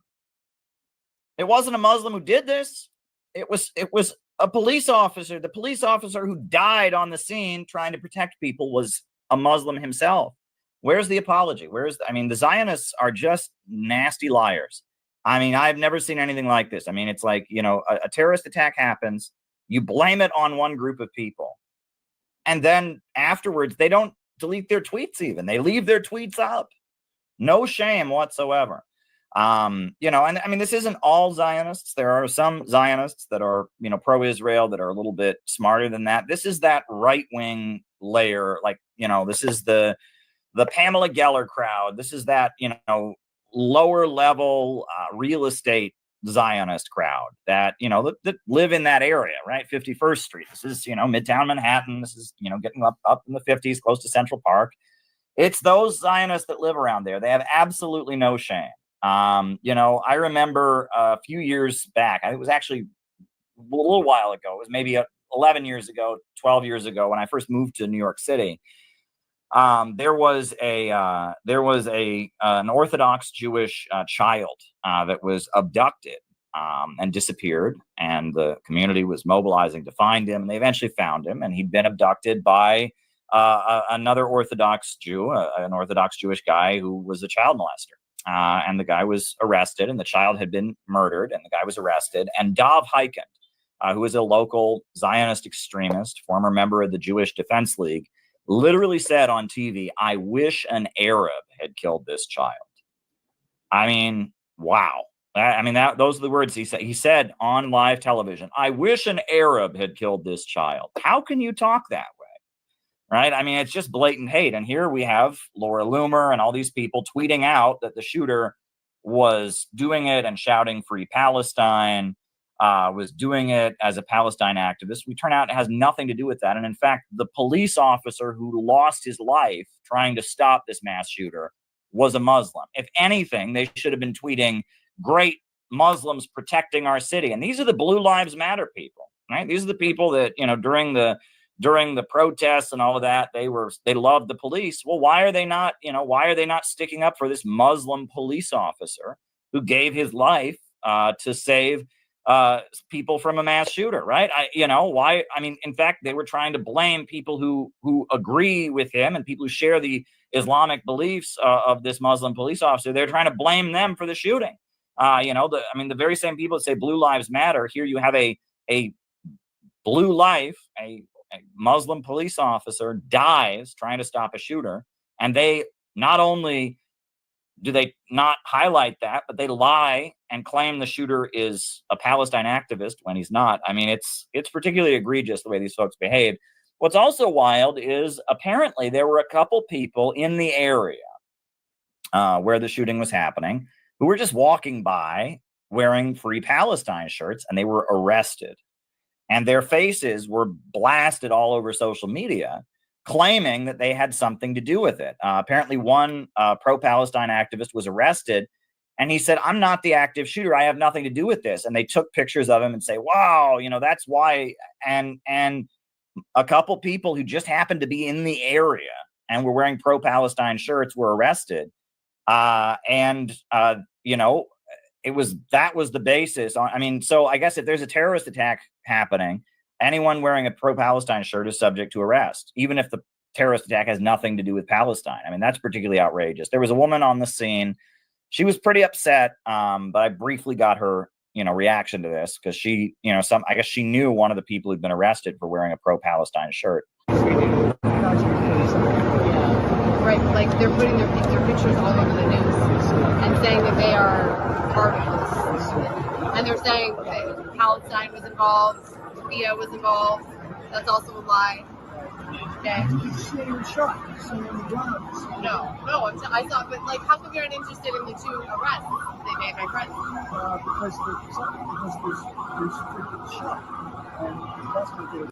Yeah, I mean, this woman apparently was quite upset because they had just grabbed people that were wearing pro-Palestine gear, and because they were in the vicinity of a shooting incident, they assumed they were part of it. And then it got blasted. Their faces got blasted all over the media, saying that they had something to do with it when they didn't. That's particularly crazy. And I know that David Fox was in there talking about years of lead. What's wild is this incident apparently had nothing to do with, years of lead. This was a former football player who was angry at the NFL, had suffered very serious head injuries, and I guess he blamed the NFL or a former NFL player. It's a very, unclear. I guess his suicide note said, the NFL made me drink antifreeze or something. It was very, very odd. Very, very, very odd. But it had nothing to do with that. But immediately, social media made it about something that was completely unrelated. That is very, very dangerous. And that goes, when we talk about years of lead, right? This is an incident, a horrific incident where somebody apparently, obviously the guy had serious head injuries. He had a grievance against the National Football League, whatever. It's a really sad situation. And he put on a bulletproof vest, got his AR-15 rifle. He went into this building and he killed 4 people. He shot, I guess maybe 6 people were injured, were injured by his bullets or whatever, shot in the back. He was just shooting people in the back in this very cowardly way. And he eventually killed himself once he was surrounded. Then he just shot himself, but it had nothing to do with politics, but they made it about politics and they tried to blame the pro-Palestine movement on it. And that is very disturbing. Now, another thing, though, and Kinkle pointed this out, and I don't even know what to make of this. In addition to the Bangladeshi police officer who died, we understand that one of the victims was the CEO of Blackstone, which is the corporation that owns the building. Now, I guess that makes sense. It was the Blackstone building. There were many different companies and people headquartered there, including the NFL. Apparently, the guy got into the wrong elevator. He was trying to get to the NFL headquarters, but he got into the wrong elevator with his gun, and so he was kind of lost in the building. But what's interesting is apparently one of the victims was the CEO of this investment company, this investing firm.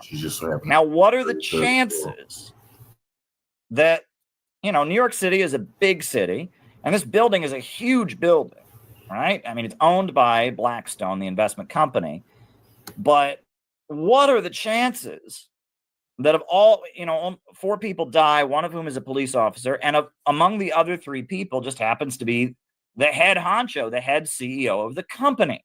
That is extremely odd. Extremely odd. And people are pointing out this happened just a couple blocks away from where Brian Thompson, the CEO of United Healthcare, got killed, allegedly by Luigi Mangione. And so the internet is going wild with conspiracy theories now. And people are saying, what are the chances that the CEO of the company just happens to get hit, right? Totally random, right? And, of all the people in the building, I mean, that's very, very suspicious. And then they blamed it on Palestine, had nothing to do with Palestine. And then I guess it was about the NFL, but this guy, I guess, he got in the wrong elevator. You'd think the guy would, if he was going to, do a mass shooting and go out in a blaze of glory, you'd think he'd get the right elevator or something. I agree, Funky. Something smells fishy. Something about this whole situation is weird. It's weird and doesn't make sense. And they tried to blame it on Palestine, and then they didn't. And the CEO of the company just happens to be one of the victims, and he was supposedly targeting the NFL because he had head injuries, but yet he wasn't in the right elevator. Something's off. Now, the other thing that people are mad about, I'll throw this out there, is that the shooter was African American. No, he wasn't. And it was Japanese, all over the media. Hawaii. The picture of him went out, and they said he appears to be white. And a lot of people looked at the picture and said, no, he doesn't appear to be white. He was a black man. And so there's a lot of anger, and they're saying, oh, the newscasters couldn't say he was a black man. They were being politically correct. So they blamed white people for something that was done by a black man. I'm sorry, get over it. That's just, we got other shit to worry about. Okay. I looked at the picture. I didn't know what ethnicity the guy was. If some newscaster said he appears to be white, he's Asian, and he didn't, that's white. I mean, in the spur of the moment, somebody looked at a picture, and who cares? Get over it. I'm sorry. That's dumb. The race of the guy is obviously not the issue. It might have been if he was an Islamic extremist or something like that. He clearly was not. It had nothing to do with Palestine and Gaza. So who cares? And I mean, okay, so some newscaster said he appears to be white. He wasn't white. All right, great. All right. That's what you're mad about. They literally blamed a political movement that had nothing to do with it. But you're mad that they said he appears to be white when he didn't. Right? I mean, yeah, exactly. If he's black, he's black. Moving on. Who cares? Right? And that's, Vivek Ramaswamy and all these people are like, oh my God, they blamed white people to be politically correct. Oh, blah, blah, blah, blah. It's like, grow up, please. That's dumb. But yeah, I was there. I was on the scene. It was hot, and there were a lot of people outside and a lot of police on the scene, anti-terrorism task force and FBI and all kinds of people on the scene. And that's where I was. And that's why I didn't stream for you all last night. I was supposed to stream for you all, but at sunset, I was out in front of, I was out in front of the building, and I was reporting on this incident. Again, something smells fishy about the whole thing. Everything sounds completely fishy from beginning to end. But at the end of the day, I don't care. Yeah.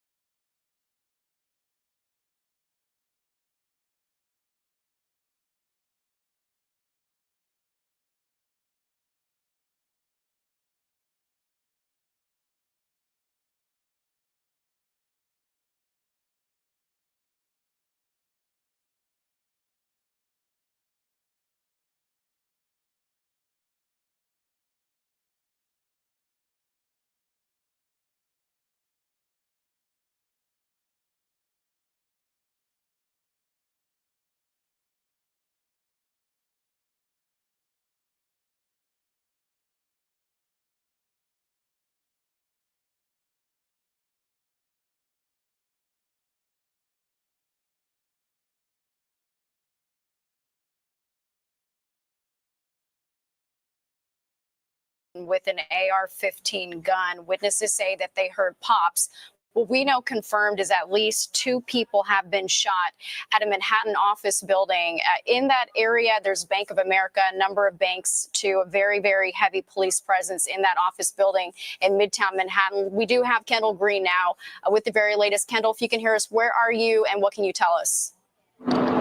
Hey, what's going on, Natasha? We're here along 54th and Park Avenue. The building in the middle of the scene is right there near 943 Park Avenue, not too far away from us. On July 28th, a lone gunman stormed 345 Park Avenue, killing 4 people before taking his own life. Among the victims was Wesley LePatner, a top executive at Blackstone, one of the world's largest investment firms, and not just any executive, the CEO. Yet the mainstream media has fixated on the NFL, which shares the same building, burying LePatner's death and Blackstone's predatory history. Adding insult to injury, when they do mention her, they downplay her significance by labeling her merely as a top executive or employee, conveniently omitting her full titles as global head of Core Plus Real Estate and CEO of Blackstone Real Estate Income Trust, or otherwise known as BREIT. Why the deliberate minimization? Today, we expose the truth about the assassination, Blackstone's exploitative practices, and its split from BlackRock, and how the media is steering the narrative away from the corporate giant's dark legacy. We talked to a bunch of witnesses who told us they heard some of those shots ring out, and they also heard warnings coming from other citizens that there was a shooter inside that building. And I have some of those witnesses right here. I'm going to be joined by one of the individuals who was inside pretty close by. Talk to me about what you saw, what you heard. Just tell me about it. I was city biking home from work today from downtown. And I pulled up and I saw, 3 or 4 cops, going in with guns. I saw a car, black, BMW parked right outside the building, which looked like, the shooter's car. And then I saw, 5 minutes later, 2 people getting dragged out by police. Let's set the scene. At 6:30 p.m., 27-year-old Shane Tamura, a Las Vegas resident with a documented mental health history, double parked his BMW outside 345 Park Avenue. Armed with an M4 rifle, he stormed the lobby, killing LePatner, an NYPD officer, and security guard. Man, last name Tamura, man, half Japanese into my African American. Man, it's a damn Asian. And a Rudin management employee. Asian. Tamura then took an elevator to the 33rd floor, where he shot himself. A note found in his wallet raged against the NFL, claiming he suffered from CTE. And this all goes back to his high school days playing football.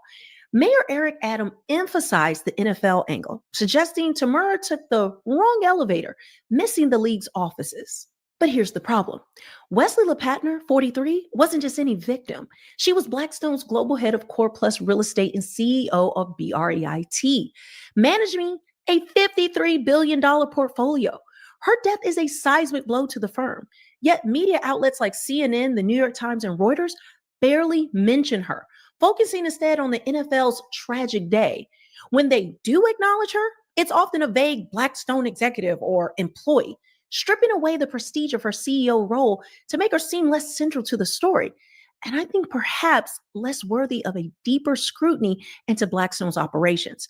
Online, people are screaming cover up, noting this downplaying of her titles is part of a broader effort to shield Blackstone's image. So this suspect drives cross-country, starting in Nevada, with stops through Colorado, New Jersey yesterday, parks his car right outside of this building, 345 Park Avenue, and gets out in the middle of rush hour traffic with an M4 rifle. He goes into this building, which is owned by Rudin, a large property management company here in the city, and the first person he encounters is an off-duty police officer who's working what's called a paid detail, so an officer in a uniform uniform, but not working at a precinct, and shoots him in the back. And he continues shooting in that lobby. He shoots a security guard. He goes into an elevator bank destined for the NFL headquarters, which is on the 5th floor. But because this is an elevator bank that the buttons are on the outside, he didn't push any buttons. He winds up going to the 33rd floor, which is the headquarters of Rudin Management. And when he's in that part of the building, shoots another person who is an employee of Rudin, and then ultimately turns the gun on himself. He's in reporting that we've gotten overnight is that he had a letter, handwritten letter in his pocket, in which he says this is all about CTE, which is a chronic condition that football players get, and you can only really study it after they die. You have to search, go through their brain, and you see the signs of it. And he believes that he was hit so hard during his time playing high school football that that's what led him to come to NFL headquarters and sort of try to enact revenge against the NFL. He said they haven't done enough on CTE. Why obscure LePatner's death and dilute her professional stature? To understand, we need Blackstone's history.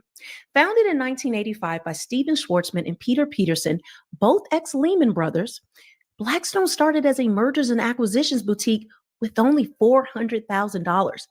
It grew into the world's largest alternative investment firm, managing over $1 trillion by 2024.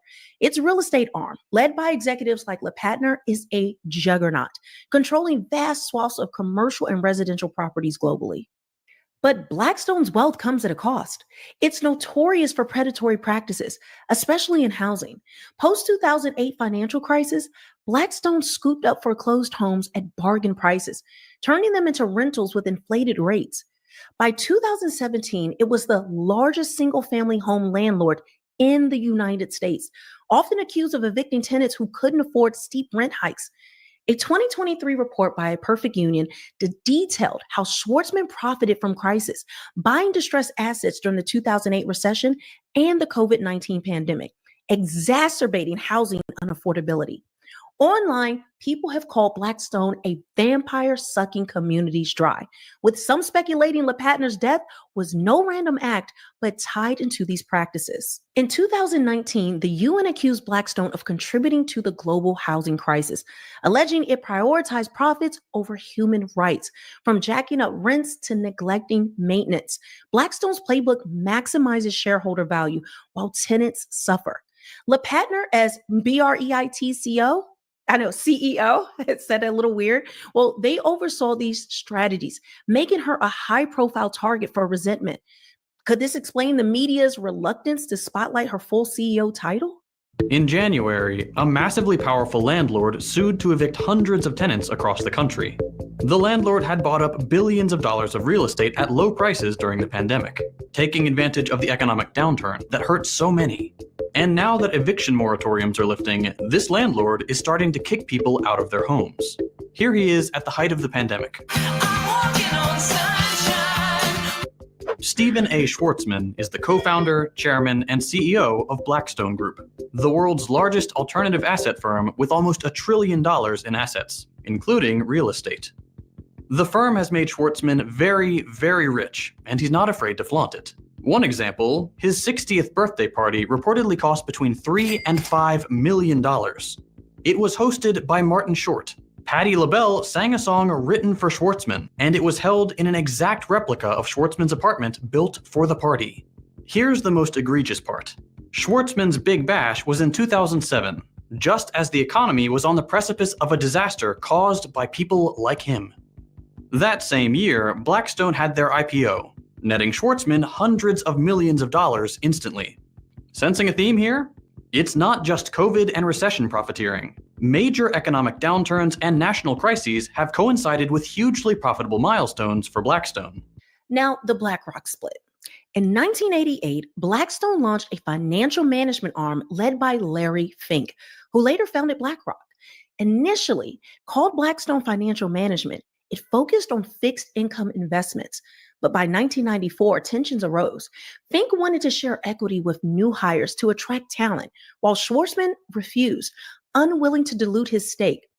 The rift, well, it led to a split. Blackstone sold its mortgage securities unit to PNC Financial for $240 million, and Fink rebranded it as BlackRock. Schwarzman later called it his worst business decision, as BlackRock grew to manage $11.5 trillion by 2024, dwarfing Blackstone. But the split wasn't just financial, it was philosophical. BlackRock embraced ESG, environmental social governance, investing, while Blackstone doubled down on aggressive buyouts and real estate grabs. Both firms wield immense power, but Blackstone's predatory reputation is unmatched, making LePatner's death a potential lightning rod for exposing all of its sins. I think that's fair. You know, you have to be a person to get what you know.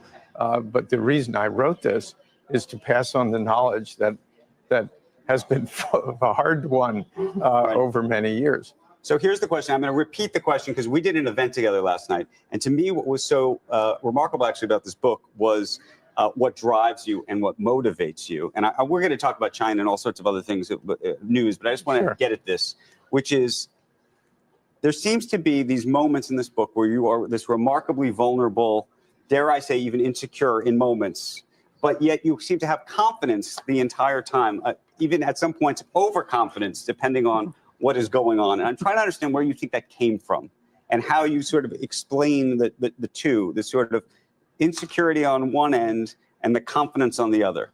Because I think some of the most successful people in the world have that, actually. Yeah, well, I'm not particularly insecure, except when I'm in a situation I don't understand, or things are happening that I don't know, or I'm in a place where I don't know a person. I mean, this is normal. Where I'm really confident is when I've thought about something and I've figured out, you know, what a solution is. And then I'm willing to bring that to anyone at any level in society. I've always been like that because I'm just trying to be helpful. I'm not trying to do anything else. And if you think you're solving somebody else's problem and you're making a contribution, why wouldn't you just go up to them and do that as But you do that, by the way, in the book, you're constantly doing that. You go up to the dean at Harvard Business School and you say, this whole program is terrible and this is how to fix it. He didn't take it well.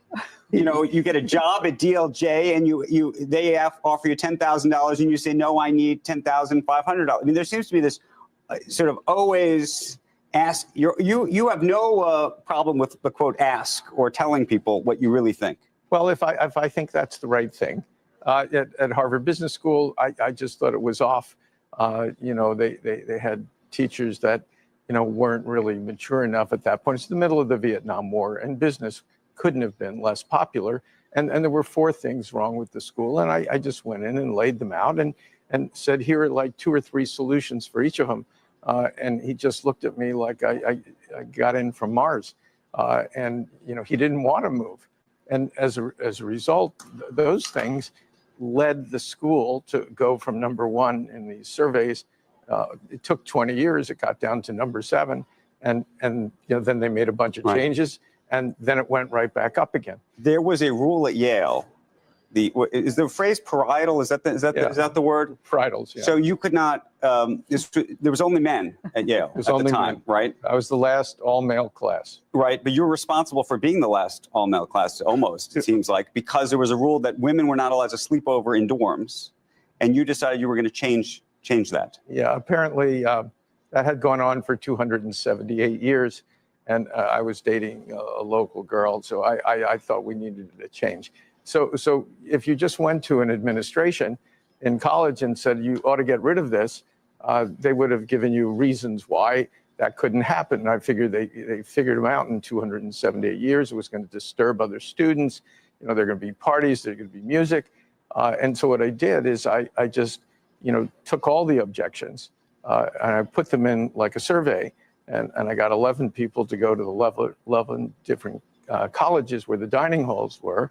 And everybody who went in to eat took one of these surveys, came out, and we found out that 99.6% of the students didn't have any concerns. So I got a friend of mine who was deputy editor of the newspaper. He put it on the front page. 4 days later, you know, those restrictions all went away. It did make me somewhat popular at an all-male school, but... Let me ask you another question, which is you have been defending for a very long time the reputation of the private equity industry. And there's a scene in the book where you happen to go visit with Angela Merkel I think this is before she was running the entire country. No, she was running it. She was running the country. Yeah, she was chancellor. And she did what? Well, it was funny. There was a whole thing about private equity people being locusts, and it was probably 10 years, 15 years ago, and she had just taken a job, so she had asked me for a meeting, so I had a meeting with her and one other person on her staff, who's now head of the central bank, and she said, I understand you are locust. So I'm looking at her doing a locust. And so I said, well, I am good locust. so this is what started, sort of the conversation. Did it succeed? Yeah, because she's a physicist, and she didn't know anything at that point about finance, but she got stuck with managing the financial crisis for Europe, and so you could explain things very rationally about how private equity tries to grow its companies faster. We hire more people. We make more profit in terms of return, which goes to pension funds to help workers and policemen. You could give this lesson over at the Times, I think. Maybe. Thank you. So what was interesting? So she says to me, "Well, Mr. Schwarzman, if it's so good, why aren't all companies private equity companies?" Mm-hmm. I said, that's a very good question. I said, a lot of them are unsuited, like mining companies and other companies with huge capital needs. So I've had a lot of fun. Okay. Can I just ask you, said the staff person in the room, was it Mario Draghi, the head of the central bank? No, Jan's. Okay. I thought you meant the head of the central bank. No, in Germany. Okay, in Germany. At the time. Okay, we are going to press the pause button. When we come back, we're going to talk about private market valuations, by the way, given we were talking about WeWork and whether private market valuations are right. We're also going to talk about China. The media cover up on this is blatant. Outlets like PBS and The Guardian framed Tamura as an unhinged NFL hater, sidelining LePatner's role. The New York Times mentions her briefly, buried under NFL details, and even then as just an executive without emphasizing her CEO status. Why? Blackstone's influence is vast. Its lobbying and political donations. Schwarzman alone raised $100,000 for Bush in 2004. Okay, that's $2004 translated to today. He's cozied up to power. Media giants, wary of alienating trillion-dollar firm, pivot to the NFL, a less controversial target, and minimize LePatner's prominence to avoid drawing attention to her leadership in controversial deals. But online, it tells a completely different story. People are making claims that mainstream media is hiding LePatner's death to protect Blackstone's image, noting her role in predatory real estate deals. Others call Blackstone one of the most predatory corporations, suggesting that the shooting just wasn't some random incident.